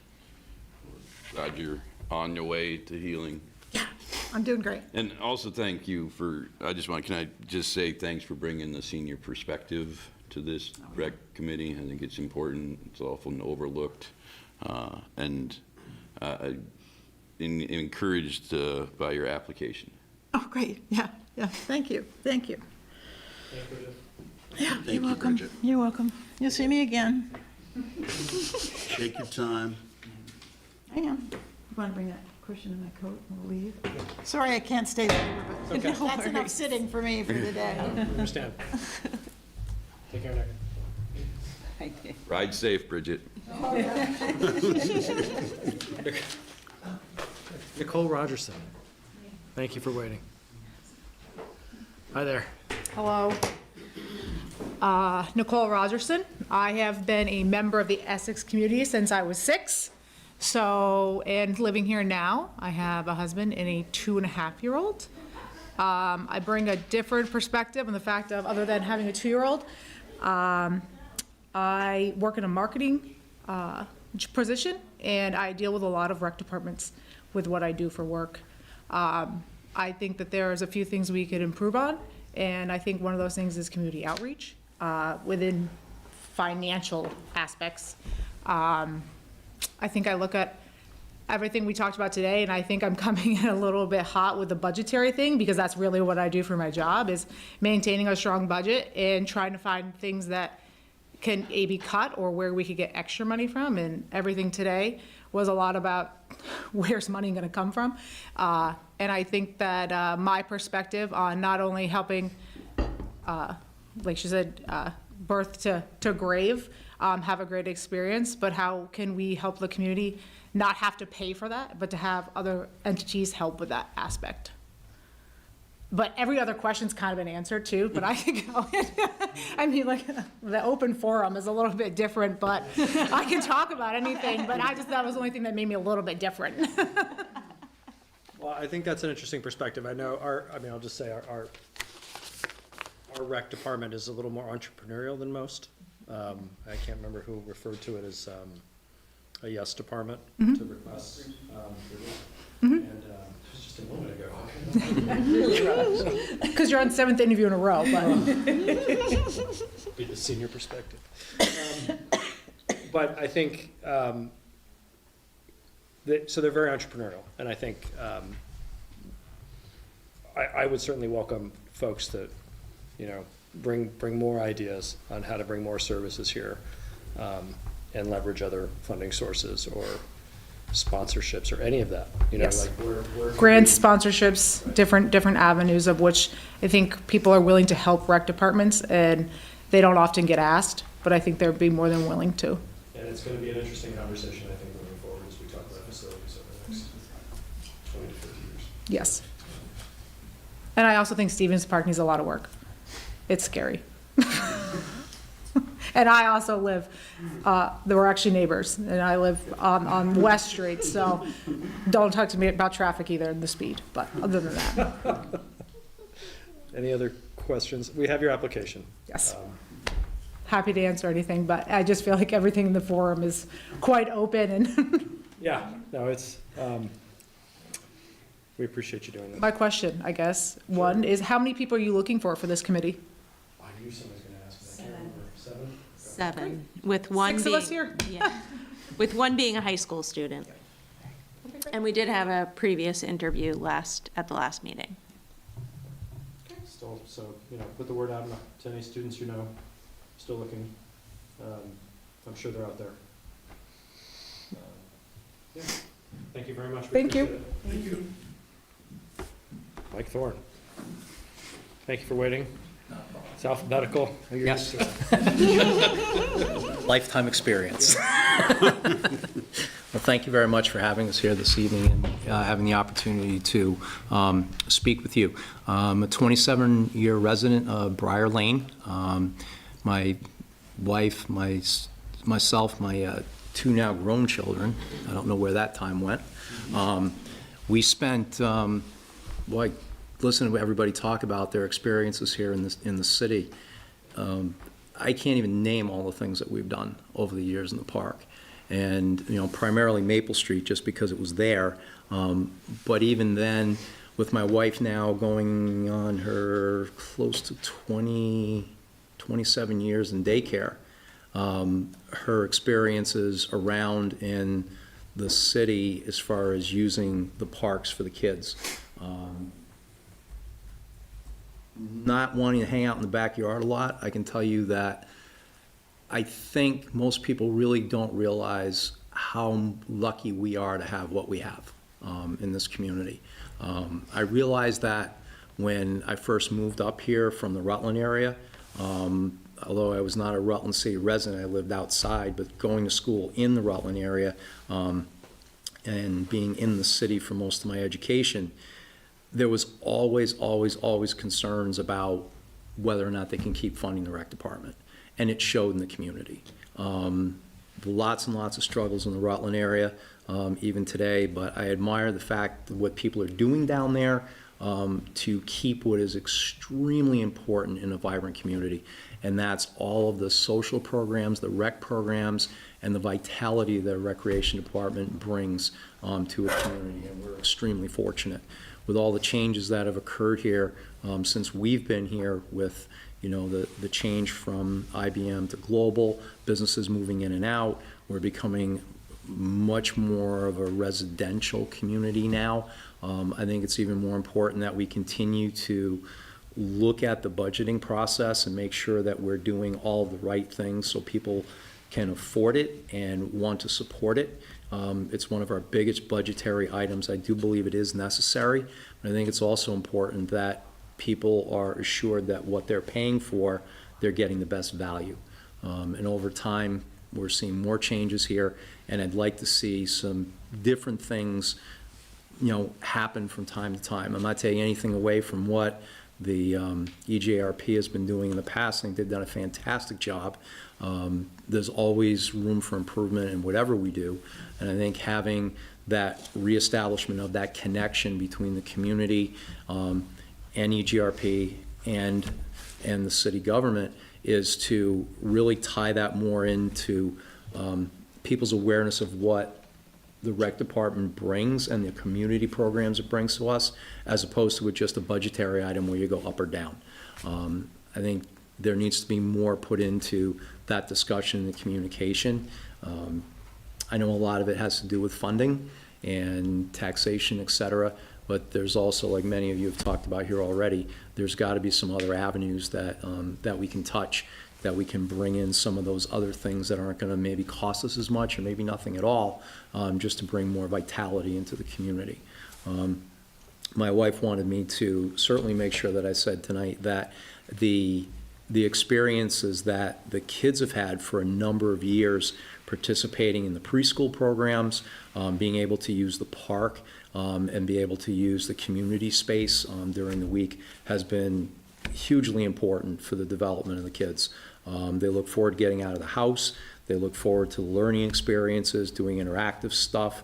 The value to those kids is just immense, and you really don't see it until they get older. But I know it from just being in the house with anywhere from 4 to 6 kids a day. Having them go into the park and ask them what they did there, they're thrilled, and I don't ever want to see that change. We can always do things better, but I want us to also understand that we have a very, very, very good core, and we need to maintain that. For myself personally, I've been coaching, and I'm still an active coach for the last 34 years in 2 major sports primarily. But I look forward to, interjecting with kids and helping them develop not only athletically, but personally and socially as citizens in the community. And having the facilities that we've had around here are just phenomenal to be able to do those kind of things. Having people come in from out of state, attend different events here, people just remark about what we have.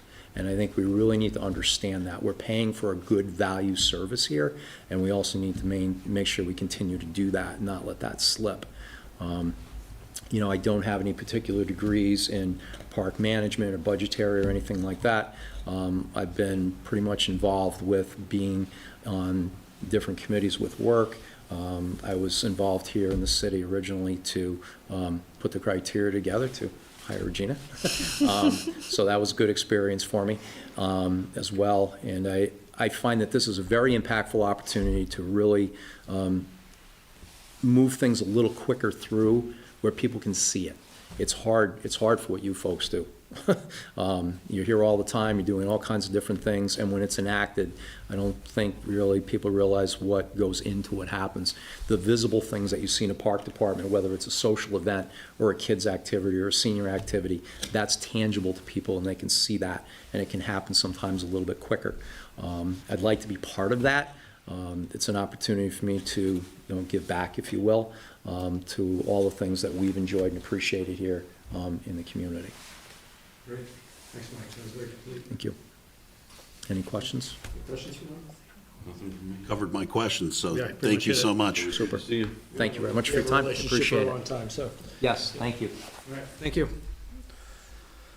All right, so I believe on this, we're hoping for, at minimum, a youth applicant for this. So again, anybody here knows an interested high school student who wants to participate in this, please let them know to contact us. Just a quick question on Sure. that. Has that been announced in the schools? I'm assuming it has been. I'm not sure how well that's been communicated. Good question. I think we have spread the word, but I will double check. Yeah. Okay. That's it for interviews for that.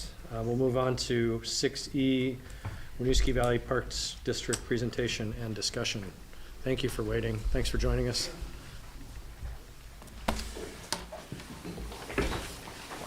you just introduce yourselves? Yes, I'm Nick Warner, Executive Director of Winooski Valley Park District. And I'm Lauren Chakotay, the operations of the Park District. So we've got your materials. Yes. In the packet and all of the documents that you shared with us. So it looks like you have a presentation. That's great. We'll keep it sweet, short and sweet, because I know we're like the last warm-up act before that. Yeah. So I totally respect that. But I find the imagery really useful for those who are less familiar with what we do. So I'm going to do just a brief overview. We're an organization that's been in existence for over 50 years. It is a partnership of 8 municipalities, Essex Junction being the most recent after the split with Essex. And we appreciated, actually, that process was great, and we got to learn quite a bit about town governance during that. And our mission is to acquire and to permanently protect conservation lands. And we have a portfolio of over 1,700 acres, over 18 properties that's been incrementally growing over the years. I say incrementally because each time we acquire a property, we've got to make sure that we can afford to maintain it, that it has the ecological values that make it worth setting aside. It's tax exempt, so we need to make sure that we're not hurting the town by acquiring it. So that's quite a sophisticated process to go through. And as a result, we've assembled quite a portfolio. It's a very unique organization. We're funded through a system with the towns that provides a little under 80% of our operating. And we use those monies mostly for core staff and operations. You see 2 out of the 3 core staff here. Tim Larned, our park superintendent, who's been with us for 24 years, I think, is not here, but he's obviously a core of the operation. But you can just start running through the slides. Basically, we like to come each year and meet with our select boards if there's any concerns or questions. We are similar to how solid waste and the bus service is managed. We're a very similar organization to that, although we're sort of, in terms of our total operational costs, is significantly lower. We're not cutting back service, just so you know. All of our parks are free and open to the public, and that is also a big core part of our mission. We were sitting there wishing that we could adopt all of your candidates for the Recreation Committee, because we heard some things that really, really resonate with us in terms of, in terms of accessibility, economic issues, all those things are really higher on our list. This is an interesting image just because there's so many organizations and properties are conserved in the lower in Winooski. You can keep going through this. Just keep going through the slides. We do a lot with partnering with educational organizations, and really a big part of our mission is to leverage resources. So we currently have, I think, about $500,000 of grants under management. Both grants we brought in for ourselves. We also act as a fiscal agent for other organizations, something that we see growing for us, and it's a way for us to bring in extra income to help supplement what the towns provide us. And we also leverage a huge amount of human assistance with volunteers, and also partnering with different organizations and land trusts and so forth, and raising money and doing projects. And these are images of the 18 parks, and you can just go right through them. And this presentation is certainly available for people to have, but I really want to give a sense of the scope of what we do. Another thing that really resonated with me is talking about how in recreation and parks, you often don't see what happens under the hood. It's a very, it's in many ways, it's a development business. It's also a management business. It's a natural resources business. It's a real estate business.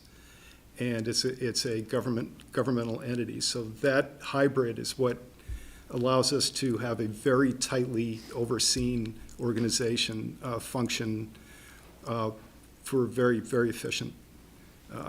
We're very efficient with our resources. These are some of our partners. There's a map of the park system. I'm sure you're very familiar with Shelburne Pond, Ethan Allen Homestead, and so forth, but there's a number of parks. And Colchester Pond. I'm sorry. I've been sitting for quite a while, so come up and perform. And obviously, closer by, you've got Woodside Park, which you actually own part of. So Essex owns part of that, you own the other part. And that's actually one of our more heavily used parks. What's been really striking, obviously, in the last couple of years are the 3 major floods that have hit us. There was about 9 feet of water at Woodside. We have learned quite a bit about flood resiliency in terms of how we manage our assets. And we're also realizing how important our system is to the overall effort for water quality and flood resilience generally. And it's something that our trustees, and your trustee is George Tyler, who's quite active. He's also the secretary on the board.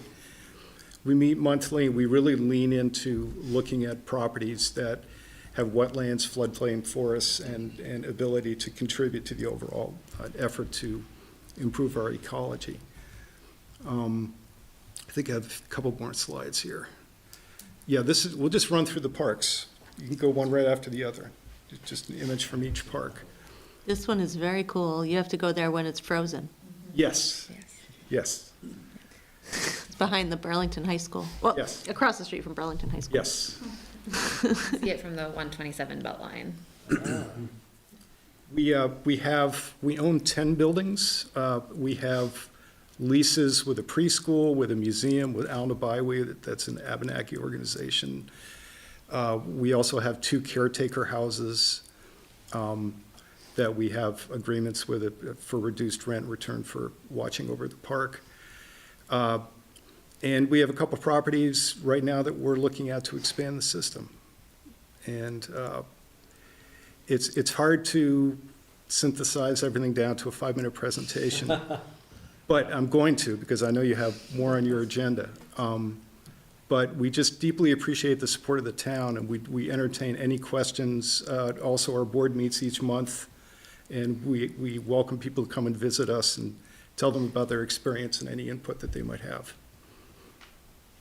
Can you talk about the properties that you're considering that are in development? Sure. One is the so-called Jacob parcel, which is right across the river from here, which is a 29-acre parcel that is owned by the town of Williston. It was donated to them. It's on the peninsula right across from Global Foundries. And we're working with Global Foundries right now, who have been tremendous on establishing a permanent access through the solar field that comes off Mountain View Road, which we felt was important to get to the landlocked parcel, having that established. And so we're working with them right now about putting an agreement together which would allow us to have a permanent easement into that property. There's a donation that would potentially enlarge Colchester Pond that is on the table right now. And then interestingly, we're working with Essex next door on a canoe launch. I'm sure you might have seen that in the paper. I don't know where that's going, but we're certainly leaning into it because any ability to create access to the water on the lower Winooski is something that we're generically interested in. So that may or may not be a park district asset, but we're certainly going to follow up strongly with that and assist them with that property. Oh, there it is, yeah. That one looks pretty exciting. It is. For sure. It doesn't look like the requested assessment is going up very much. We try to keep it tight. Yes. Appreciate that. Yes. Thank you for that. Any council questions or comments? Not at this time. I found the whole thing fascinating. As the newest council member, like I know when we separated, there was a ballot question whether or not to join the Winooski Valley Park District, but I did not appreciate the full gravity of the organization until I read through this packet. I appreciate that. This is the case. No, I appreciate it. The information you provided us is really complete, so thank you for that. You bet. And thanks for the numbers. You bet. Thanks. Appreciate it. Now I can let you. Thank Go to you. your business. Thanks. I'm going to keep going to sit, but I'm going to give an opportunity for members of the public to ask any questions of the council related to this topic. If there's anyone in the room that has a comment or question for us about the Winooski Valley Park District topic, or online. If you're online, please raise your hand. I don't see anybody in the room. I don't see any. Just make a comment that I'm a big user and a big fan of their parks. He's not a big sponsor. I'm not seeing anyone, so we'll move on. Thank you very much again for coming and for waiting. Thank you. And we now have an annual town meeting TV presentation and discussion. Thank you for waiting. We appreciate you being here. No worries, I get it. And if you, I've been here, it's I've been kind of in your that life. seat. And if you don't mind introducing yourself for the minute taker, that'd be great. Yeah, absolutely. So my name is Jordan Mitchell. I'm the co-director of operations for Town Meeting TV, and joining on Zoom, I think, is Megan O'Rourke, the CCTV projects director. So I'm here, and we're here to present what is our FY25, your FY26 budget, and give a little bit of an overview of the last fiscal year. And so we submit the report on your packet page 122.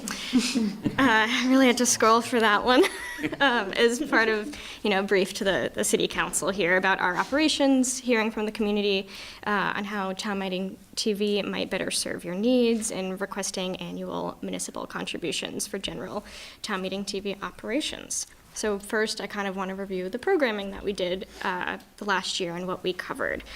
So Town Meeting TV had produced and supported 1,519 programs for all of the member communities. 377 of these was municipal coverage. For Essex Junction, that was 38 City Council and Development Review Board or Planning Commission meetings, and then some other more general non-municipal programming. And it included 2 economic development conversations that occurred in April that were submitted by a community member. And so the contract stipulates production of 3 meetings a month and at least 1 more general program a month. So doing great with the municipal meetings. We covered 106% of the budgeted number of municipal programs, covering 38 out of 36 expected meetings. But we only covered 2 general programs last year. So we would encourage you, as there's other things happening in the community not relating to municipal content, reach out and we can cover that. We started off this fiscal year, our fiscal year started in October. We started off strong. We covered the ribbon cutting ceremony for the Crescent Connector project last month. So currently we're 1 for 1 in October. But if there's other things like that are happening, please reach out and we're happy to be there. One other highlight was Regina and Ashley have been doing a live program with us once a month called Junction City News, and so that's another way, to help with outreach in the community. And Regina and Ashley have been great co-hosts and partners, and so similarly, if there's ideas for that, I'm sure they'd welcome them. But that's kind of. Yeah, that's an overview of the programming we did. And so the funding. So Town Meeting TV, as you know, is funded in large part by the cable subscribers of Comcast and Burlington Telecom. Municipal contributions help to cover other operating costs. So this year for Essex Junction, we're requesting a contribution of $14,586 for general operating funds. And this is a 5% increase from last year's contribution. And so CCTV, we've known of the changes that affect our funding sources. And so we've been working to diversify our revenue sources since really the early 2000s, long before I've been at Town Meeting TV, but Megan can talk a little bit more about that. And so we recognize that cable revenue has been declining. That has not exactly been a surprise. And so with that, Town Meeting TV as an organization tends to operate in a deficit, which is covered by CCTV, Center for Media and Democracy, which is like the parent organization. So funding through CCTV supports Town Meeting TV. And so Town Meeting TV, we're planning ahead, the next 1, 3, 5 years for what this means. So this looks like legislative funding, fee for service work, and municipal funding. Last year, you might remember when I was here, I mentioned the Vermont Access Network was seeking funding from the legislature, and we did receive that. So the Vermont Access Network is 23 other public access centers in the state, and collectively, they'll start receiving $1 million in base funding, which is exciting, with a goal to increase that to $2 million over the next couple of years. We're also expanding our fee-for-service work through CCTV Productions, which is a for-hire company, and then providing support to municipalities for recording and archiving with Act 133, which we recognize as an unfunded mandate, but trying to help you all record these other meetings and have them accessible to the public as you might see fit. So that is an overview of our funding and where we're heading. Lastly, I want to make sure to thank our staff. So tonight we have our field producer, Logan, and it's without our staff's contribution to democracy and public engagement that we couldn't be here to help you all. So that's all I have. I don't know if Megan has anything, but otherwise we welcome questions and comments. I'm always happy with CCTVs and town meeting television services to Essex Junction. I've been a longtime board member, and Amber is now a board member, and we can't keep our government transparent without them, so. Yeah, for sure. No, it's always a great experience. It's always very professional. Everyone's very patient. Everything works really well. Could be happier with the service. So quick question on funding, because I'm curious about what the current I assume the current discussions, let alone future discussions, may look like. Because obviously with the changing face of television, things do need to change in some form or fashion. So I'm wondering what is currently being considered or on the table. Is there any thought around a broadband service fee, much in the same way that the cable subscriber fee has been existing? So I'm wondering if they're looking at those kinds of things in order to try to shift, since the viewing habits are shifting in that direction. It's a great question, and if Megan's there, I'm going to default to her.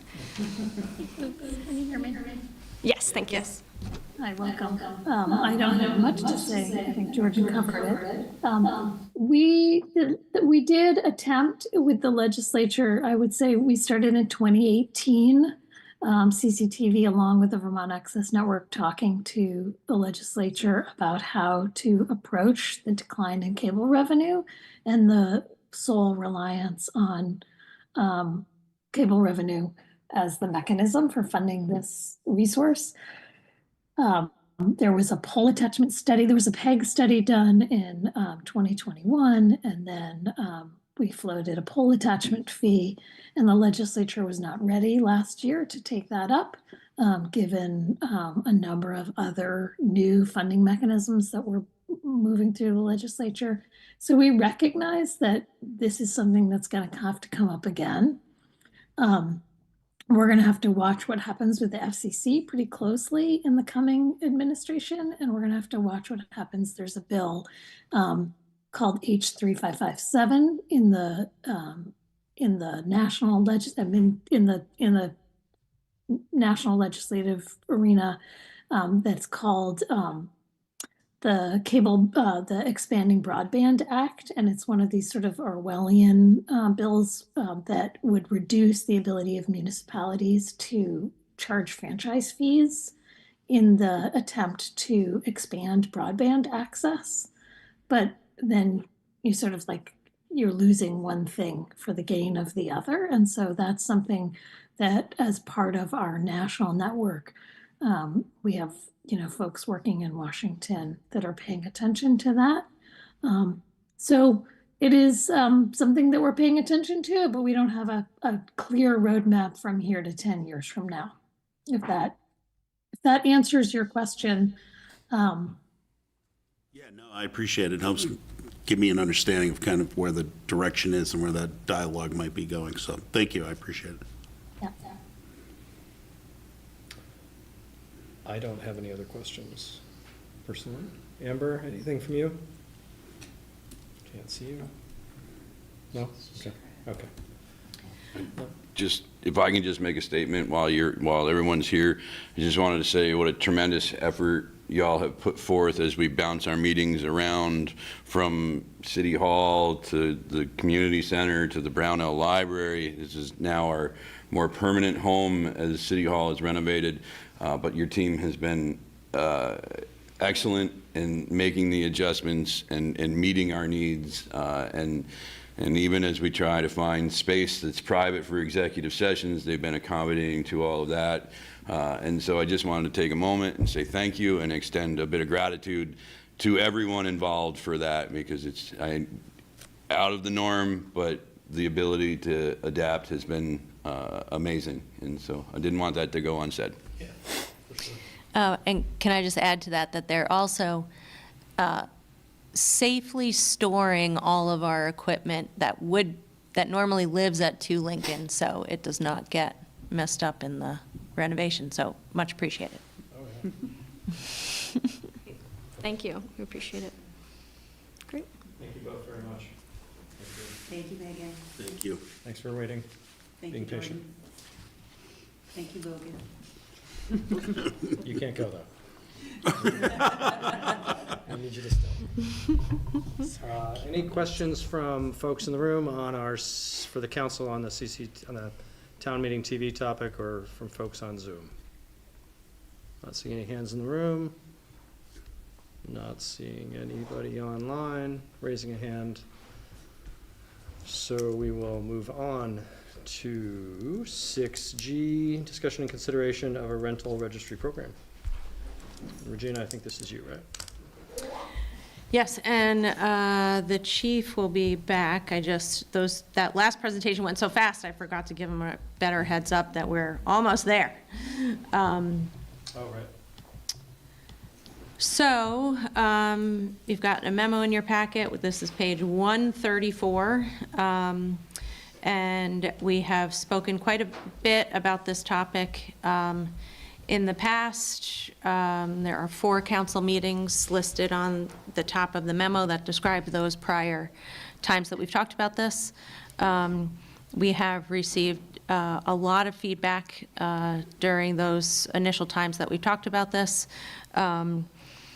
for the reasons we've described before and the reasons that I have put into this memo here. I think it is still important ultimately to consider a rental registry and inspection program for the city.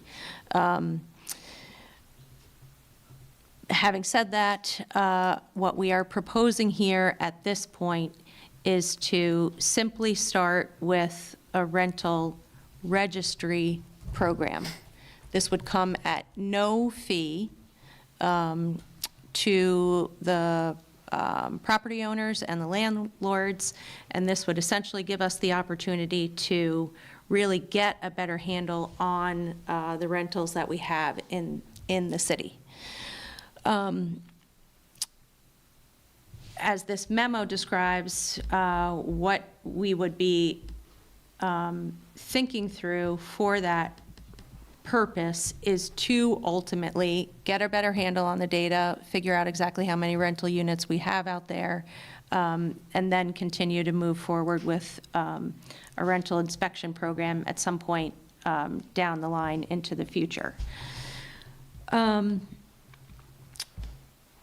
So that's the question to the council right now, is simply to give us direction on whether it makes sense to move forward with a rental registry program. Again, this comes at no fee. It doesn't come with an ordinance or anything of the kind. And then if we were to collect that data, still be on track to do a rental registry program, then we would bring that information back again to the council for your review, just like we're looking at 2 ordinances tonight. That same level of process would come back to you. Great. Happy to speak through any of the other items in this memo more specifically, if that would be helpful. No, I think. Let's see. Just looking for. Amber, did you have anything you wanted to bring up?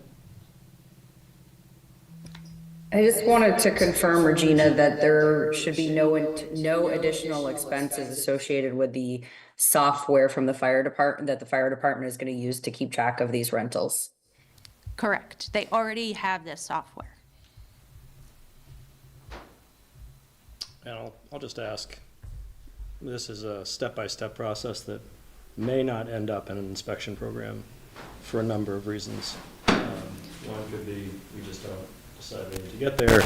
The other could be the state evolves its system to a point where we don't need to do that because there's better interaction and participation between the state and local health officers. The data, however, is still valuable in the sense that we're approaching 50% single-family business versus rental, for instance, and getting a handle on how that works out in terms of our development practices and infrastructure and everything that goes along with that would still be useful to have. And as this is starting with no cost, that might still be able to continue even if it doesn't evolve fully into a full-fledged inspection program. Correct. So we're talking about gathering information from property owners that is then given to the fire department that they're going to input into this software that they already have. So there's man hours involved there for what essentially is a paid call volunteer department. So are those hours that it's going to take to disseminate that information that's provided by property owners, is there adequate budgetary items already in place in the fire department that they can take care of that data that's given to them without an additional outlay of expense? Sorry, Chief. Didn't give you a good enough heads up. That last agenda item went super fast. It's okay, we're here. We finally broke our way. He's got big red lights that get him here quick. So that's our first question. I don't know if you heard that full question, but essentially we're talking about just a data collection program at this point in time, not needing to collect a fee in order to cover our expenses in order to do that data collection at this point. And the question is, do we think we can do that within our resources that we have now? Yes, so what we're talking about and what I talked to Ashley about was basically putting a questionnaire together that we could put together on our webpage. What we'd like to do is work with maybe a couple of the high volume rental property owners and to have them work with that. So kind of keep it behind the scenes, have them populate the data so we can get the output, take a look at it, make sure it's what we're looking for. With that, then we could turn and my thought was put a flyer in with the tax bills next year and ask those rental property owners to, we could turn that on, go live, have them go online and actually populate that data so that we would, I think where we really need to start is to get exactly, to know what our inventory is here in the city. And with that, I think you can make some plans moving forward. There would really be no cost. We're capturing data, putting it into an Excel file, and the plan would be administratively to get that information into our ESO database. So we're actively working ESO on a regular basis. Again, just updating the information that we receive on these buildings as we receive it. So can I ask a follow-up as to what kind of data and information you're looking for about rental properties? Strictly the address, how many rental properties are there. Yeah, so that we can identify it. This is just real basic general information. Short term, long term? Both? Both. I mean, in our ESO database today, we have all, I don't know, I would say we have 95% of our properties already identified, already loaded. So this just allows us to go in and identify those rental properties. And can you speak again to how this will enhance the database for emergency services use? Well, I mean, certainly would provide us then with more insight to the various properties. Again, you know, a night like tonight where you pull up to a property, we have a reported fire. It takes a little time to do that 360 to figure out, okay, what do we have for a building? But some of these houses that have been converted, again, your approach and your look, you're thinking, okay, I'm dealing with a residential house, and then you find out that there's multiple apartments within that building. So, you know, do we have 4 people inside? Do we have 8 people inside? And then the other question is, how do you access some of these? So it's, with us going out there and taking a look too at some of these buildings, it's eye-opening as to, you know, again, what we find. And some of it we find during routine calls, and others we're finding, again, even through the health officer with the work that it's been done there. So I think for me at the moment, I mean, I appreciate that staff is asked to do this for this particular purpose. I appreciate the fact that they're saying that, you know, it's no cost to the landlord or tenants. I do recognize that it is a cost for manpower in order to do this work.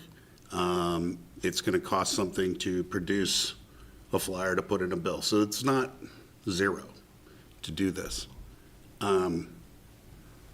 As I mentioned in our early discussions, one of the things that I did want to see, knowing the fact that we would come back here and understanding and knowing that there are situations out there that having a program like this could benefit. I don't know that I know the true size and scope of that issue in order to know whether or not it will have the impact that we would hope.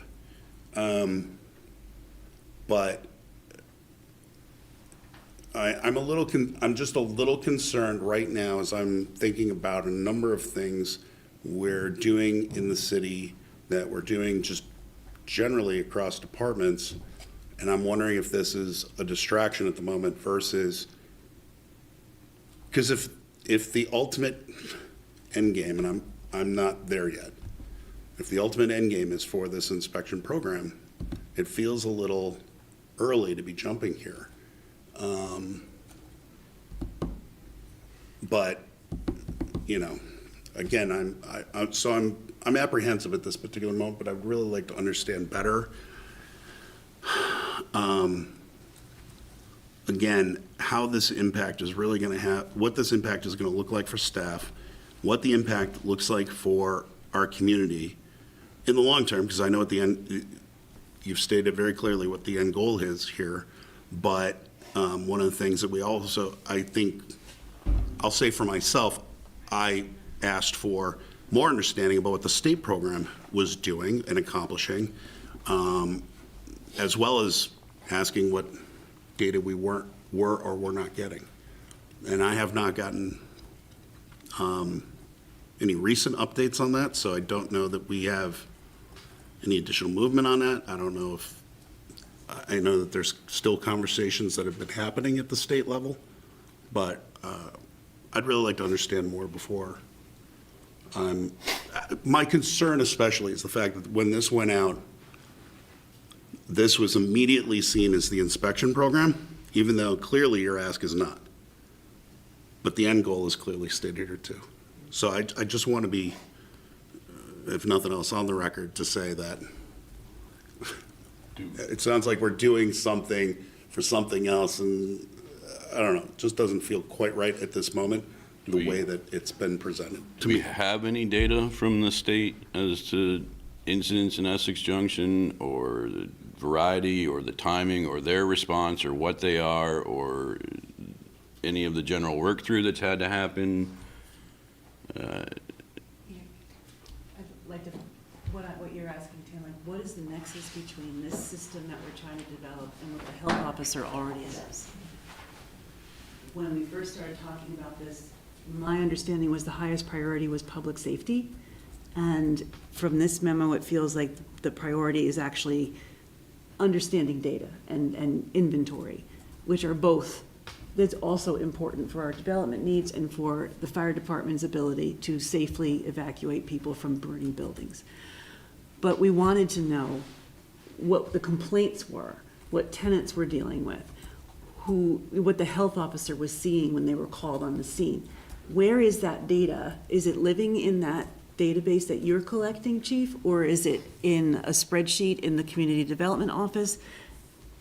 The data, the inventory numbers are important, but I think it's also exceedingly important to collect that health officer information, because that is the basis for wanting to inspect anything. Is if there's a lot of incidents of problems in apartments throughout Essex Junction, that would be more of an impetus to have an inspection system. But if there aren't, then we just don't know. We need to have that data. And I know our previous health officer did everything on paper, and somewhere all that paper disappeared. So we don't have a history. We have to set down that history. We actually have a log today, I believe. Yeah. So I will resend it to the council, but you have that information of what the health officer has been doing in the code enforcement spreadsheet that's on your SharePoint drive. Okay. So you can see all of that information. The difference of what has changed at the state level is that the tenant complaints go directly to the state fire marshal. In both programs, those are just complaint-based programs. And so that is a reality that is a power dynamic that I think is the wrong power dynamic, especially when we're getting to the level of rental apartments that we've got here in the city. So you do have that information from the health officer. We can redirect you to that place again on the city side. We can also reach out to the state fire marshal and see what kind of complaints they've gotten on their side to help get that information for you.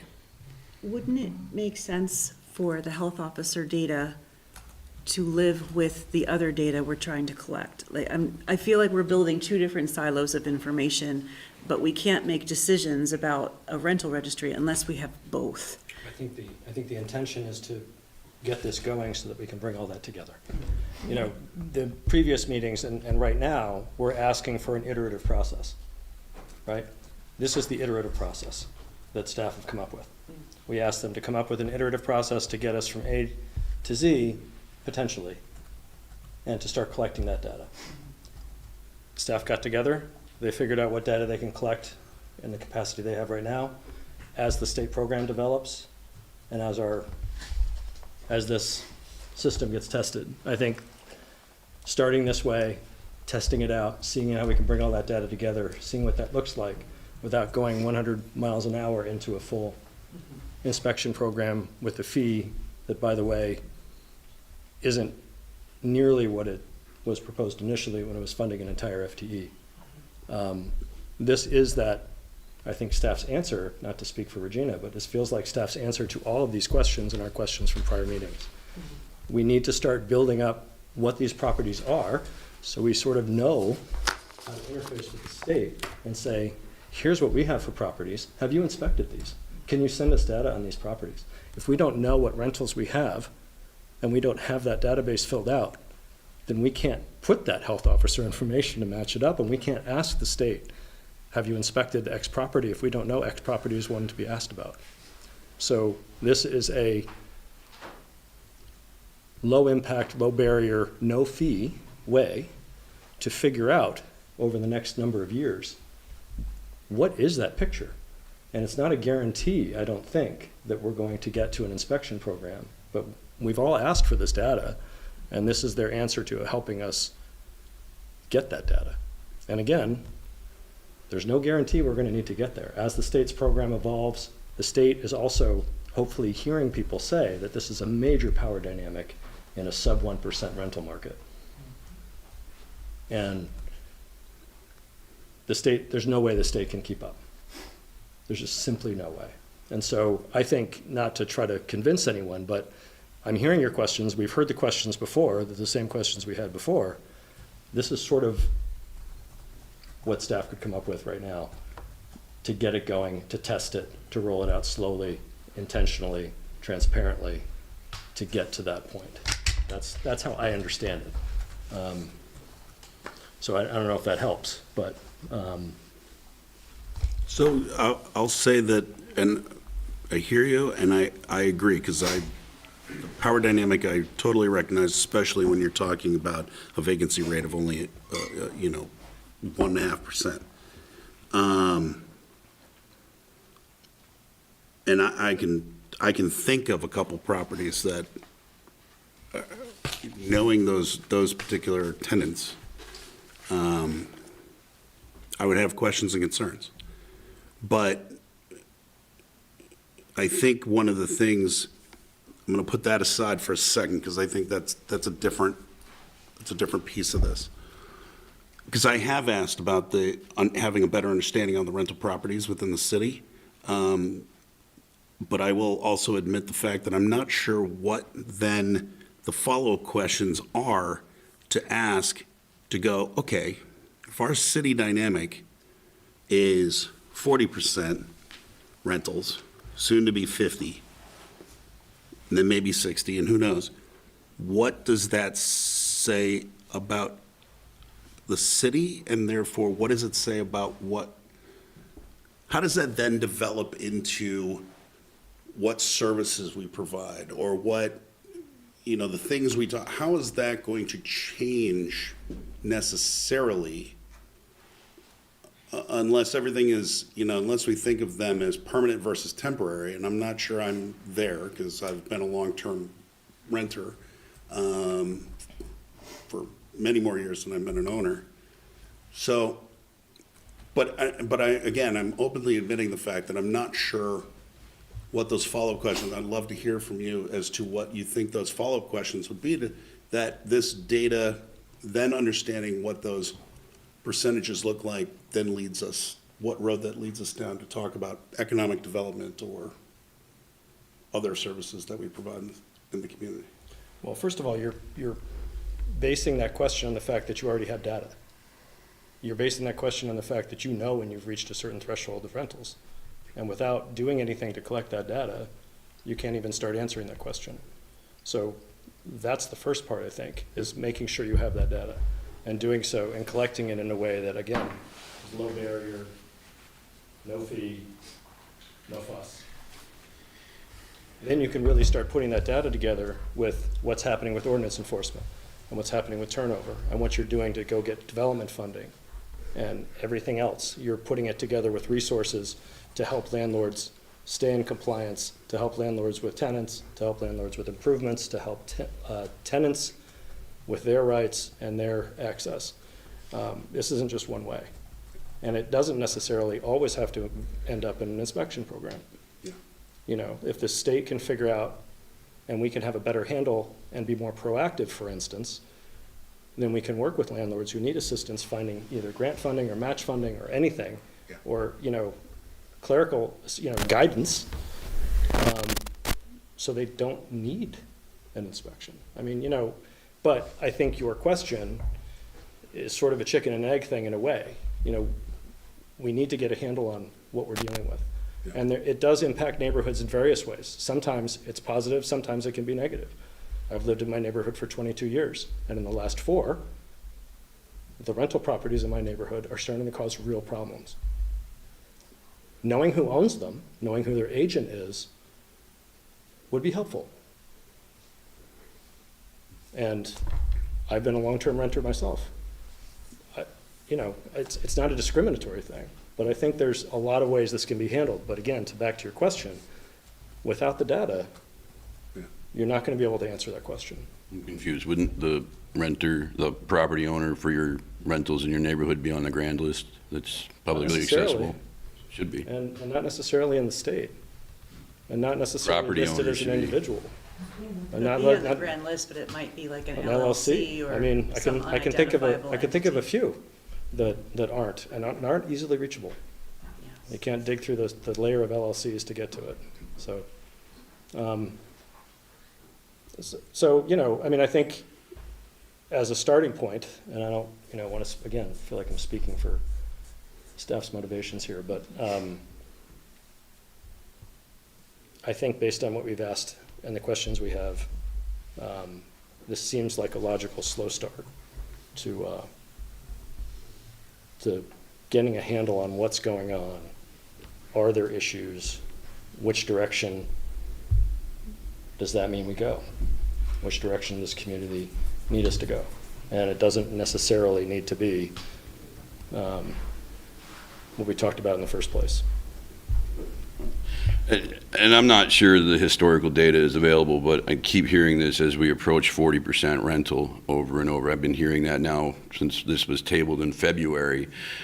Is there historical data that has said, in 2000 it was 22% rentals? And I understand that as we continue to build out, there are going to be more apartment buildings. I also understand that that means that they're newer construction, they're sprinkled and connected and protected. And that information, as those buildings go up, is available to the fire department as they do their walkthroughs of wood frame construction and pre-planning and locations for their fire department connections. And so that information is already available. So we hear 40% of homes in Essex Junctions are rentals. However, we don't know the exact how many there are. So we've gone, how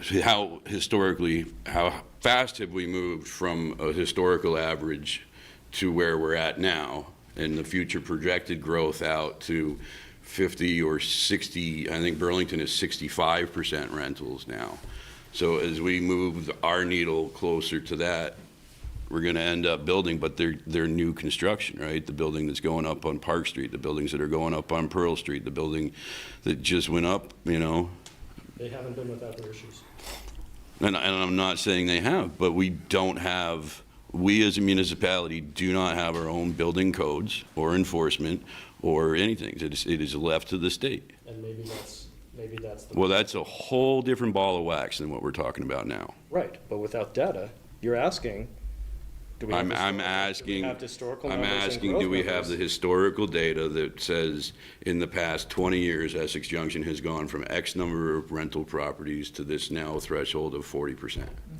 I don't know it off the top of my head. I can try to get that data. Remember that housing data for Essex Please don't interrupt. Junction is a little bit tricky because it has always been collected with the town. Right, because of the singular zip code. I don't argue that at all. But I can try to find that data for you. Yeah, so remember, again, coming back to this, if you don't start collecting the data, then we're going to be back in 10 years or 5 years, wondering what the growth has been over that period of time. And it's going to rely on the sources from CCRPC or other places, which is going to be an estimate. Staff for this program originally, Planning Commission, when they started this 2 years ago and spent a whole year plus working on this, used Grand List data and CCRPC help as a consultant to comb through property records and Grand List to get us where we are now for this data. It's only as accurate as that. So where it was 20 years ago, unless somebody's done that, and it's probably going to be like a VHFA or CCRPC, another estimate from that. But again, unless you start collecting data at some point in time, you're going to be back again at some point in time in the future wondering, how'd we get here? Just to touch on the development piece, and again, this is probably starting to lead a little off topic, but I'll just say this very quickly. I will say that, again, thinking about the housing as we all have, right? And I spoke with a developer recently about why so much focused on rental properties versus ownership.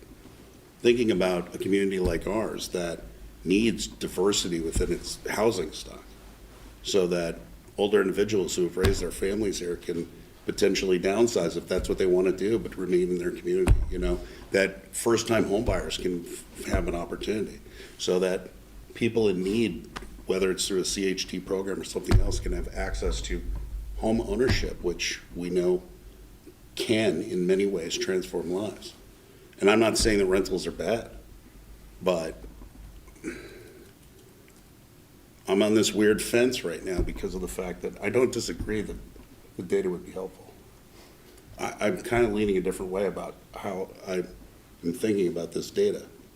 But again, I also don't know, like I said, I don't know all the questions, but I am concerned about some of the development in the future as to whether or not we are developing a community with diverse housing and creating the kind of environment that is welcoming to everyone in the long term. But that's me. I would agree with that. And I think just as one point to remind folks, so the last land development code updates allowed for 4 units of housing in every lot, essentially. And that's in line with the Home Act, which was passed by the state legislature a year or two ago, in order to be able to accommodate a lot more missing middle housing. And so you're not we will continue to see the sprinklered multifamily housing for sure. We will also continue to see more conversions, which I think, from the fire department's perspective, is a little bit trickier to get a handle on and a little bit harder to follow and understand what's going on in those properties, and what is confusing thus far, because a lot of those are probably done over decades and decades, and I think that's the component of it that we're probably missing information on more specifically. So when I put an addition on my house, I had to pull a permit with this then village. Then that construction was completed and the tax assessor came out and added a bathroom and added the bedroom and added the deck that's not attached to my house. That's not a permanent fixture, but that's a whole other thing. So the data's there. I paid $30 to $5 for a permit, added a bedroom, added a bathroom inside in the basement. Had to pay the additional fees for the wastewater because of it.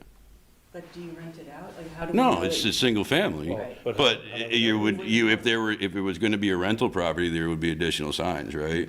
Egress windows, secondary exits, additional power meter, additional gas meter. Actually, excuse me, please don't interrupt. I mean, some of the testimony we had before, and some folks that have written to us have said things like, if you enforce the code, we'll have to make the updates. And so, you know, we're in a situation where there are some owners out there who are not in code and not willing to spend the money to make the updates. Then I go back to a lot of the feedback Essex is Junction we doesn't can't- have its own codes. The state does, though. Right. They're not following those. And the state, you know, again, back to that power dynamic. But, you know, the decision tonight is pretty finite in terms of what this is and how we start. I'm not trying to shut you down. No, I'm just saying, that's you know, fine. trying to refocus this a little Yeah. bit to getting this started and trying to figure out what are we dealing with and what does it look like? And, you know, take it step by step, year by year. Where does it bring us?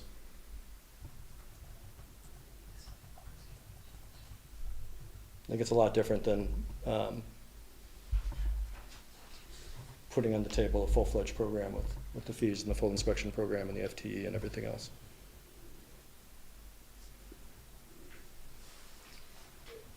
Yes, and I will just reiterate, in order for us to better answer all of the questions that came up before, we can continue to go back and get some of this information answered and bring it back to you again. But in order to really fully answer all of the questions that came up before, we need to have a better handle on the rental housing stock in the city.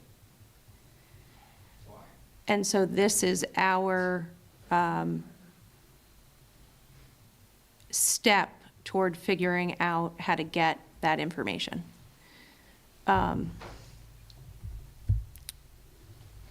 I wrote this memo specifically this way to get a bit of a handle on whether the council wants to move towards an inspection program down the road so that we are not in a position where we're asking for data without being transparent that this could lead us to an inspection program. It's not guaranteed that it would lead us to an inspection program, but it could, so that we aren't collecting data in the guise that we would never take these further steps down the road. I understand and I hear from you folks that it's very difficult to be able to make that decision at this point in time about that down the road concept. And I think that's probably okay. You could just make the decision at this point about whether you think there's any value in us moving forward on collecting the data or not. It's your purview to decide whether we move on this now or we don't. We will speak for myself plus others. We have a lot of things we should be working on in the city, but this was an ask of the council. It is in your comprehensive plan, and we have been trying to move it forward to figure out the right way to get this addressed. I'm in favor of moving forward with collecting the data, absolutely. I have no problem with that. I think it's a good idea. I don't know that we need to put in a motion with the intention of transitioning, because we have this memo, we've had this entire conversation. We've had multiple conversations in the past. I don't see anything wrong with collecting information, particularly if staff has gone through the trouble of coming up with a way to do it at no cost to landlords and no cost to tenants. Yeah, I don't feel like we necessarily need to, I mean, the conversations have been lengthy and frequent. I don't think we need to necessarily put that in there. Harkens me back to Andy Watts's hesitancy to find future boards. Yes, that's a consideration. So I think it is equally transparent to let data lead this, especially from a data-driven, evidence-driven approach. Collect the data. Are there issues? Where are they coming from? Work with the state, try to match it up, answer these questions intentionally and slowly, and see how it develops. And I think, if there's a case to be made later that this is an issue, then I think having that data, and I think that'll be obvious to folks, that, look, this is what we found, X, Y, and Z, and that'll be easier for people to get their head around if we can actually show. And it might be that we can't, then we don't do that. We don't go with a full-fledged inspection, it might just go a different direction. So I'm comfortable with taking that out. Amber, any thoughts? Can't see you, just fine, but been quiet. Yeah, my position hasn't changed. I have always indicated that I'm in favor of getting the data and not necessarily the inspection program. So I'm okay with moving forward as Elaine indicated. So why don't we take some public comment and come back to it in a few minutes. George, I've seen your hand up for a while, so we'll start with you. I believe it's still George Dunbar online. Actually, mine just went up. Somebody else said theirs up before, but mine's just a general question that I guess I don't understand. What's going to be your mechanism to ensure compliance of the information so you get this accurate database that you want that's any better than the estimates that you're getting from your other sources?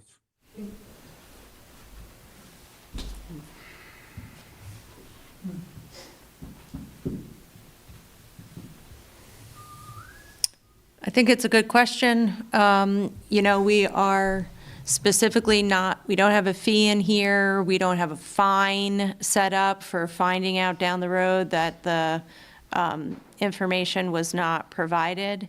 I think, again, this intended initial step is assuming compliance, and I think we will see as we go. I assume it will be more direct information than based on the data sources that we have right now. So I guess I would just comment that this seems like a little bit of an overreach to privacy and stuff. I just tread very carefully if you tend to go down that path.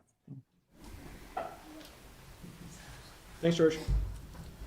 I'll keep it online because I see Risa. Thank you, Raj.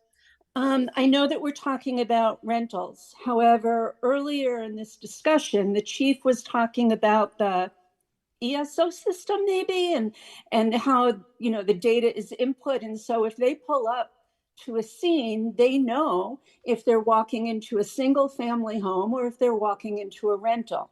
I understand that. However, if a fire truck pulls up to my house, they don't know if there's one person living here or 12.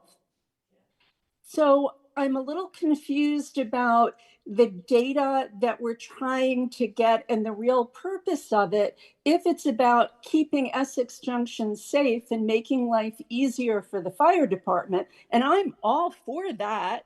There's a piece that's missing, and that is no one knows who's living in owned homes. Thank you. Do you want to comment on like the special, any kind of unique features of it? Yeah, I mean, absolutely. Again, you know, responding to a call, you know, this time of night where everything is dark, going up to a residence and knowing that that residence is, again, a single family home, or do we have a building that's housing four apartments? You know, we don't, again, to have that information in front of us before we even arrive is good information to have, as opposed to arriving on scene and trying to determine, hey, this obviously isn't a single family home. How many residences do we have here? How do we access those as well? I mean, I can tell you right now, there are buildings in this city that I drive by every day, and I know you can look at parking lots and you can tell by the number of vehicles. There's probably 3 to 4 apartments within that residence. How do, you know, again, how do we even access that? How do we get in? Who's the property owner? That's another problem that we've run up against before as well, where, you know, we've had a fire in a building, the residents are displaced. We need to get a hold of that property owner to make sure that we're turning the building over to them. We've had residents before that cannot even help us with that information. So we go into the fact finding to try and find out who do we even contact. So again, this is all just good information to help us become a bit more efficient. Risa, did you have more? No, thank you. It seems to me, you know, knowing how many apartments there are and how many apartments in each building or families may be in each building is very important. But again, if, you know, heaven forbid, you're showing up at my house when it's dark, you don't know how many people are living here. It is a single family home. It looks like a single family home, but I could have any number of people living here, all legally and appropriately.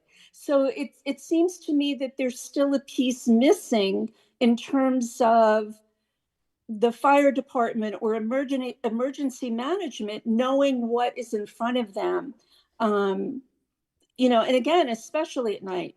So again, I understand about this being about rentals, but the piece about owned homes seems to be missing. If this really is, let's get the data so that the fire department and emergency management has a better idea of what's in front of them. Thank you. Is there anyone in the room that wants to go to the room right now? There's another hand up. Yep, I'm just going to go back and forth, thanks. Anyone in the room that wants to speak on this? Chief, if you don't mind moving down a couple seats so the mic's for you if somebody wants to say something, thank you. Okay, we're going to do the 2-minute thing, make sure you put it down there. It's Linda Coral again. I had a couple questions. First of all, what she was talking about there, I'm still trying to figure out, are you trying to kill two birds with one stone here?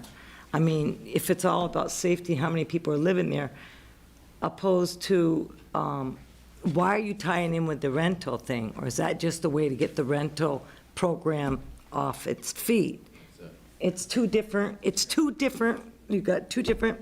There are a number of things to this. Right, so let's address both of them. As far as the rental, we're gonna go right back to where, and if you're going to do everybody as far as you wanna find out by numbers, I'm putting that out there, give it to everybody in the city. Because just not one, it doesn't matter if you've got 4 apartments, you don't know if 3 are rented or not when you go up to that building. What good is that spec gonna tell you if you've got 4 apartments and only 1 is rented? It could probably do the opposite. If you could direct your questions to me, please. But, sorry, but anyways, it was getting a to little- go for that. So, my question as far as that was, so when I'm gathering from what came out of this, honestly, isn't really it's gone nowhere besides, okay, let's just try to get these 2 things together. We'll start something and slowly push it through. So it is, we can make sure the apartments are rentable. In order for me to do my apartment, it was all approved by the village. I had to get it inspected every step along the way. I paid my taxes on it. All that information's there. I don't understand why you guys don't have a database. Between our taxes, yeah, an LLC can own it, but there's people own that LLC. Why? We're in 2024. Why are you guys, I don't understand why you can't get this information. Everything's at our fingertips. Thank you. You're welcome. Is there anyone else who would like to speak? Come on up. If you could introduce yourself. Chairman, ladies and gentlemen, let me tell you one more time. Sorry, for the Gabriel record. Handy. Thank you. If it's not broken, what are you guys trying to do? The system here is not broken for apartments. I could tell you there's 4, I'm one of those guys, Brat, Autumn Pond, it's 4 large landlords. You control over 1,600 units. You got about 2,000 units in the city. Those 1,600 units are, within the last 10 years or so, they are fire alarm, they're sprinkled.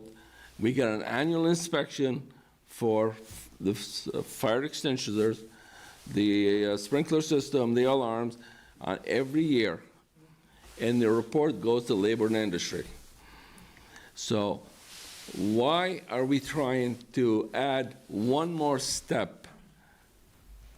And with you talking about free registry, let me tell you what happened in free registry. I was in Australia 5 years ago, and they did a free registry with guns. They didn't ask people to turn their guns in, only they asked them to register them. 3 years later, they confiscated all the people's guns because they had their names, the locations, and everything. So, I mean, don't shake your head. I'm just saying, all you're doing, you're adding more stuff unnecessary. If somebody has a problem, they call the fire marshal. They're there within the day to go through the building and find out what's wrong. And they will find the people and make them fix it immediately. All you're doing, taking somebody's job who's already being done and adding one more to it. Why? And then you say, a free registry today, next year it'll be, as you mentioned, fine, more demand on the landlord. And when we are good landlords, that's what we hear. If bad landlords are not here, the good landlords are here speaking. And we are controlling our buildings. And our buildings are fairly brand new. Thank you. Is there anyone else that would like to speak on this topic tonight? Brings up a point that I want. I'm sorry, we're doing one per this evening, please. Is there anyone else that'd like to make a comment tonight in the building?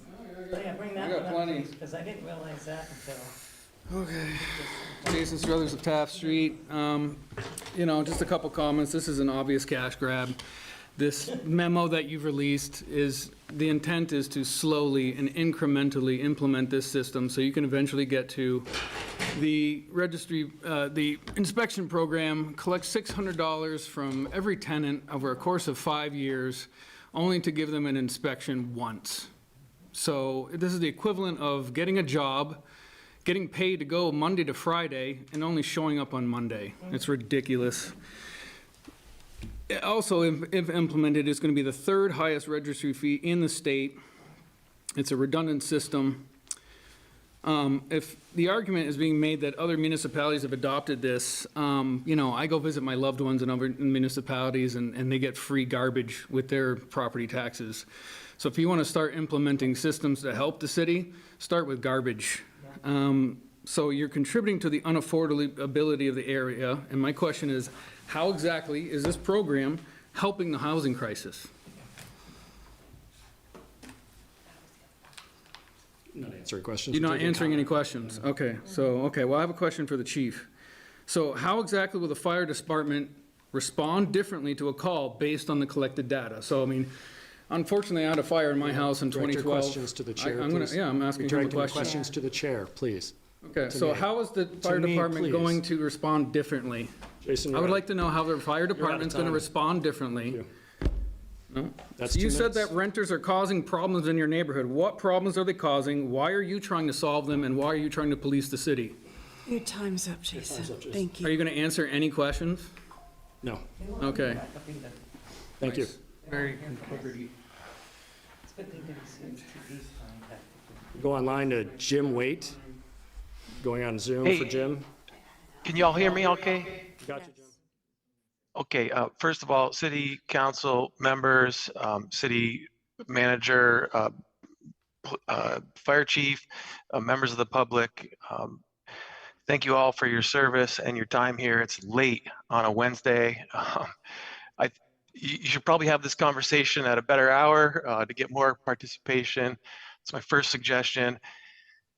Second of all, City Council President, I heard you say that this is a finite decision tonight, and I would like to know, in the spirit of what other people have mentioned here, what are the finite outcomes that will come out of this decision? And also, to echo what I heard the last public speaker say, I live in your neighborhood, so if you wouldn't mind getting a hold of me on the side and letting me know which houses I should steer clear of, I would appreciate that. Thank you. That's all I have to say.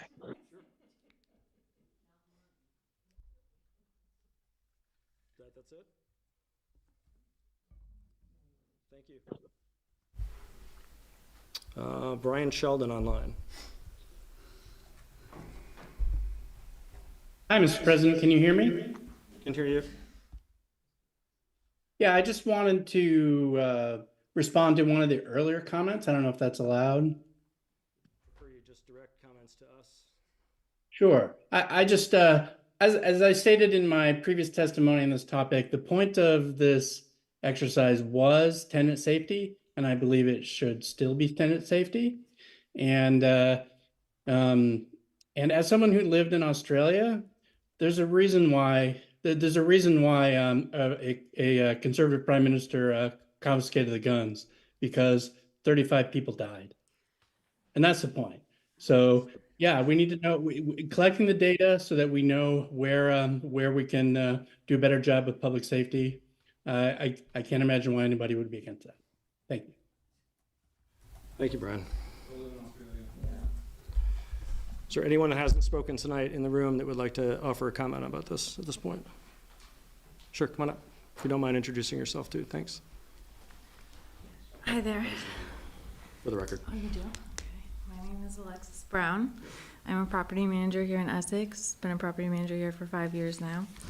I do have a lot, but I'll dumb it down to 2 minutes for you guys. one of the things that I pointed out is that Chris was talking about earlier that he said that they already have 95% of the data. So I just wanted to say, so we're just confirming that data that we have. I was also looking at the residential rental housing health and safety code. And I just wanted to point out some of the stuff that it says in here about Vermont has some of the strongest smoke and carbon monoxide alarm laws in the country, spanning all residential occupancies, including single-family owner-occupied homes. These factors have significantly reduced your evacuation time to less than 3 minutes compared to 8 minutes 20 years ago. So it's critical that you have properly installed and maintained smoke alarms and carbon monoxide alarms in your home or rental property, which what we talked about, all the new construction, we go through all of those inspections. Some of the points in here about the benefits, just to go over quickly about why our vacancy rate is so low.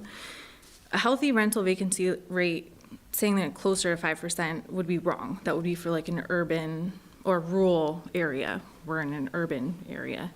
More healthy would be like a 3%, which was like back in 2016.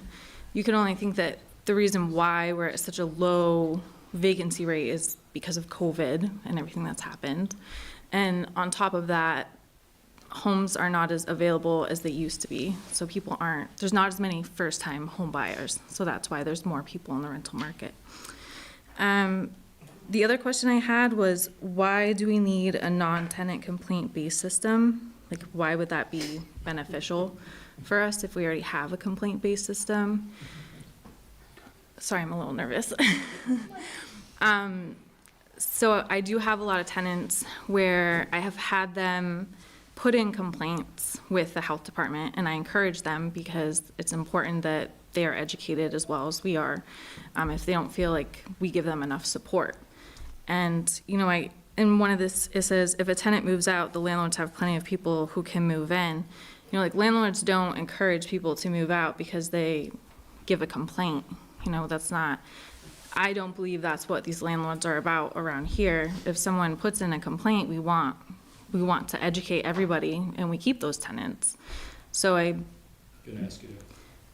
genuinely just don't, I see why we would want to have a register of all of the rental properties to help with fire safety. But at the same time, a lot of us just don't want this inspection program, mostly because of affordability. That's all I'm here for, is to speak out for our tenants because we absolutely hate sending out rent increases. And per unit, back in 2019, it was $150,000 to build per unit. Now it's $211,000 per unit. So you build a 20-unit building, nowadays for developers, that's an extra $1.2 million. Like, that's a lot of money on top of all of the utilities. So that's my take. Appreciate Thank it. Zoom. I don't see any more hands on Zoom. Is there anyone else online that wants to offer a comment that hasn't yet? Anyone else in the room? Sure. Just to, again, Chris Gaborio, just want to clarify that the data that we do carry. When I say we've got the properties identified, it's only by street address. So we populate that data within our database so that as we're inputting calls, we're able to make sure that that address is, it's kind of complicated. You could have a number of people dispatching within that database. So we populated that data with the address so that when we respond to an address, they can pull that up. It's unique, it's common. Therefore, again, if we ever need to pull data in the future, how many times have we responded to that address, we're going to get accurate data. So it's really just property, location, and if we do have an owner's name, that is populated in there as well. Okay, thanks. No. Not seeing anyone that hasn't already spoken. Not seeing anyone else in the room that hasn't already contributed, so I'll bring it back to the board. Any other questions or comments from the board?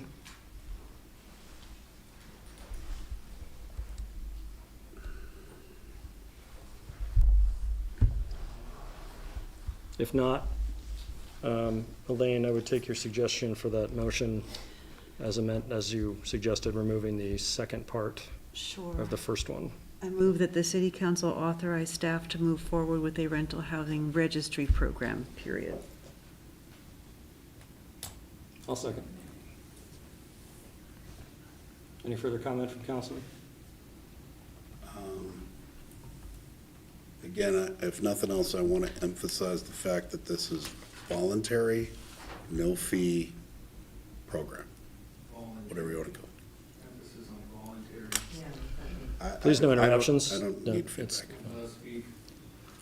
All those in favor say aye. Aye. Aye. Those opposed say nay. No. Okay, roll call. Raj, go alphabetically, if I can do alphabetical, yay. Elaine? Aye. Marcus, I went out of order. Aye. My alphabet problem. Amber? Aye. And Tim is nay. Thank you, Tim. You got it back home. He sure does. More penalties. Motion passes 4-1. Great. We'll move on to the consent agenda. Amber, I think you had yeah. Yep, I'll make a motion to approve the consent agenda with a minor change to the development fee schedule, which I believe is identified as 7D on the agenda. The change would be in the first paragraph, last sentence, to remove the words school impact fees and to delete the extra S at the end of that paragraph. Great. I'll second. All those in favor say aye. Aye. Aye. Motion passed unanimously. Council member comments and manager report. I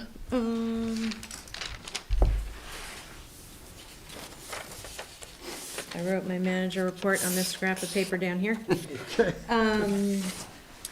Just want to let folks know that the library is working on their strategic plan. So there is a survey that is out there. I think they've had so far over like 170 folks respond to that, but the more folks who can respond to that would be great and helpful.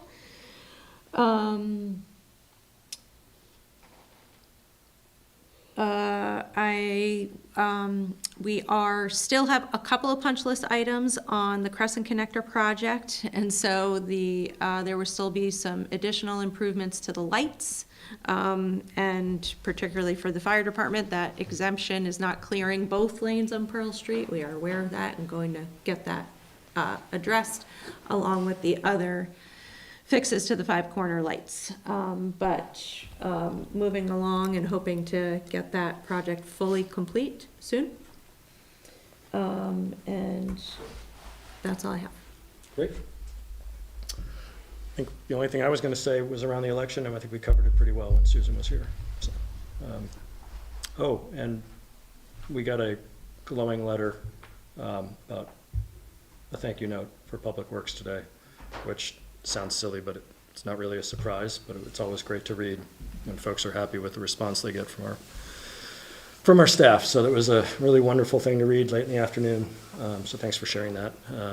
And make sure to thank Ricky when I see him. Yep, Rick Jones and Jeff Knapp. And that reminds me, I believe there was a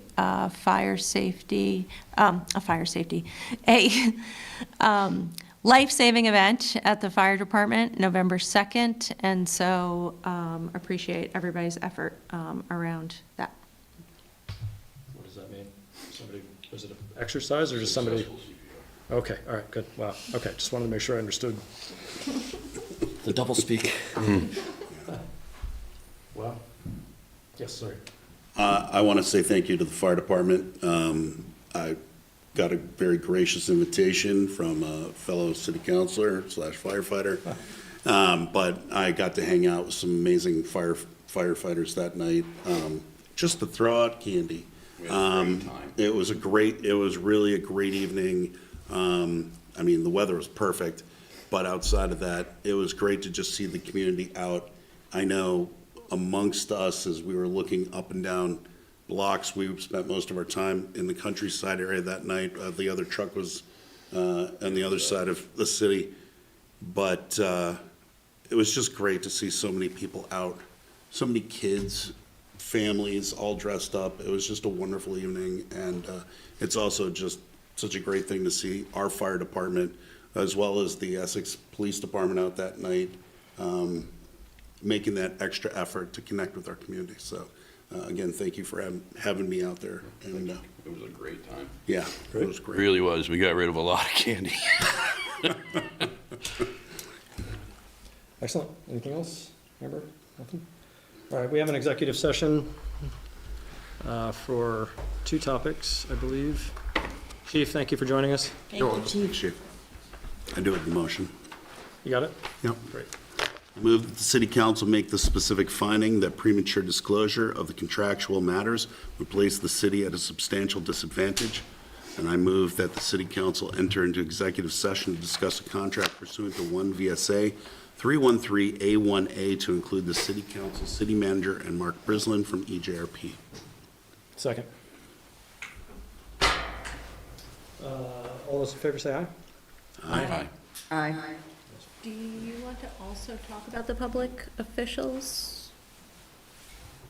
Talk about the rec advisory committee? Oh, We were waiting for more applicants. do we want to, do people feel like they can hold what they heard tonight Yeah, I felt and the like last one?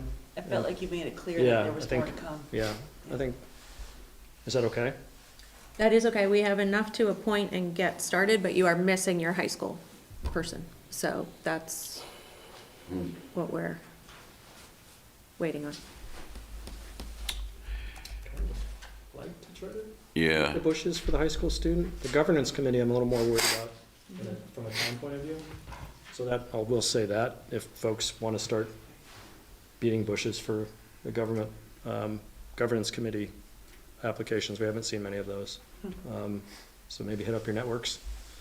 So I guess not, if that's all right. If that's all right with everybody, if we want to wait until we get a full slate, is that good? Okay. Yeah, I'm okay with a little more. All right, we'll adjourn while we get set up for the executive session.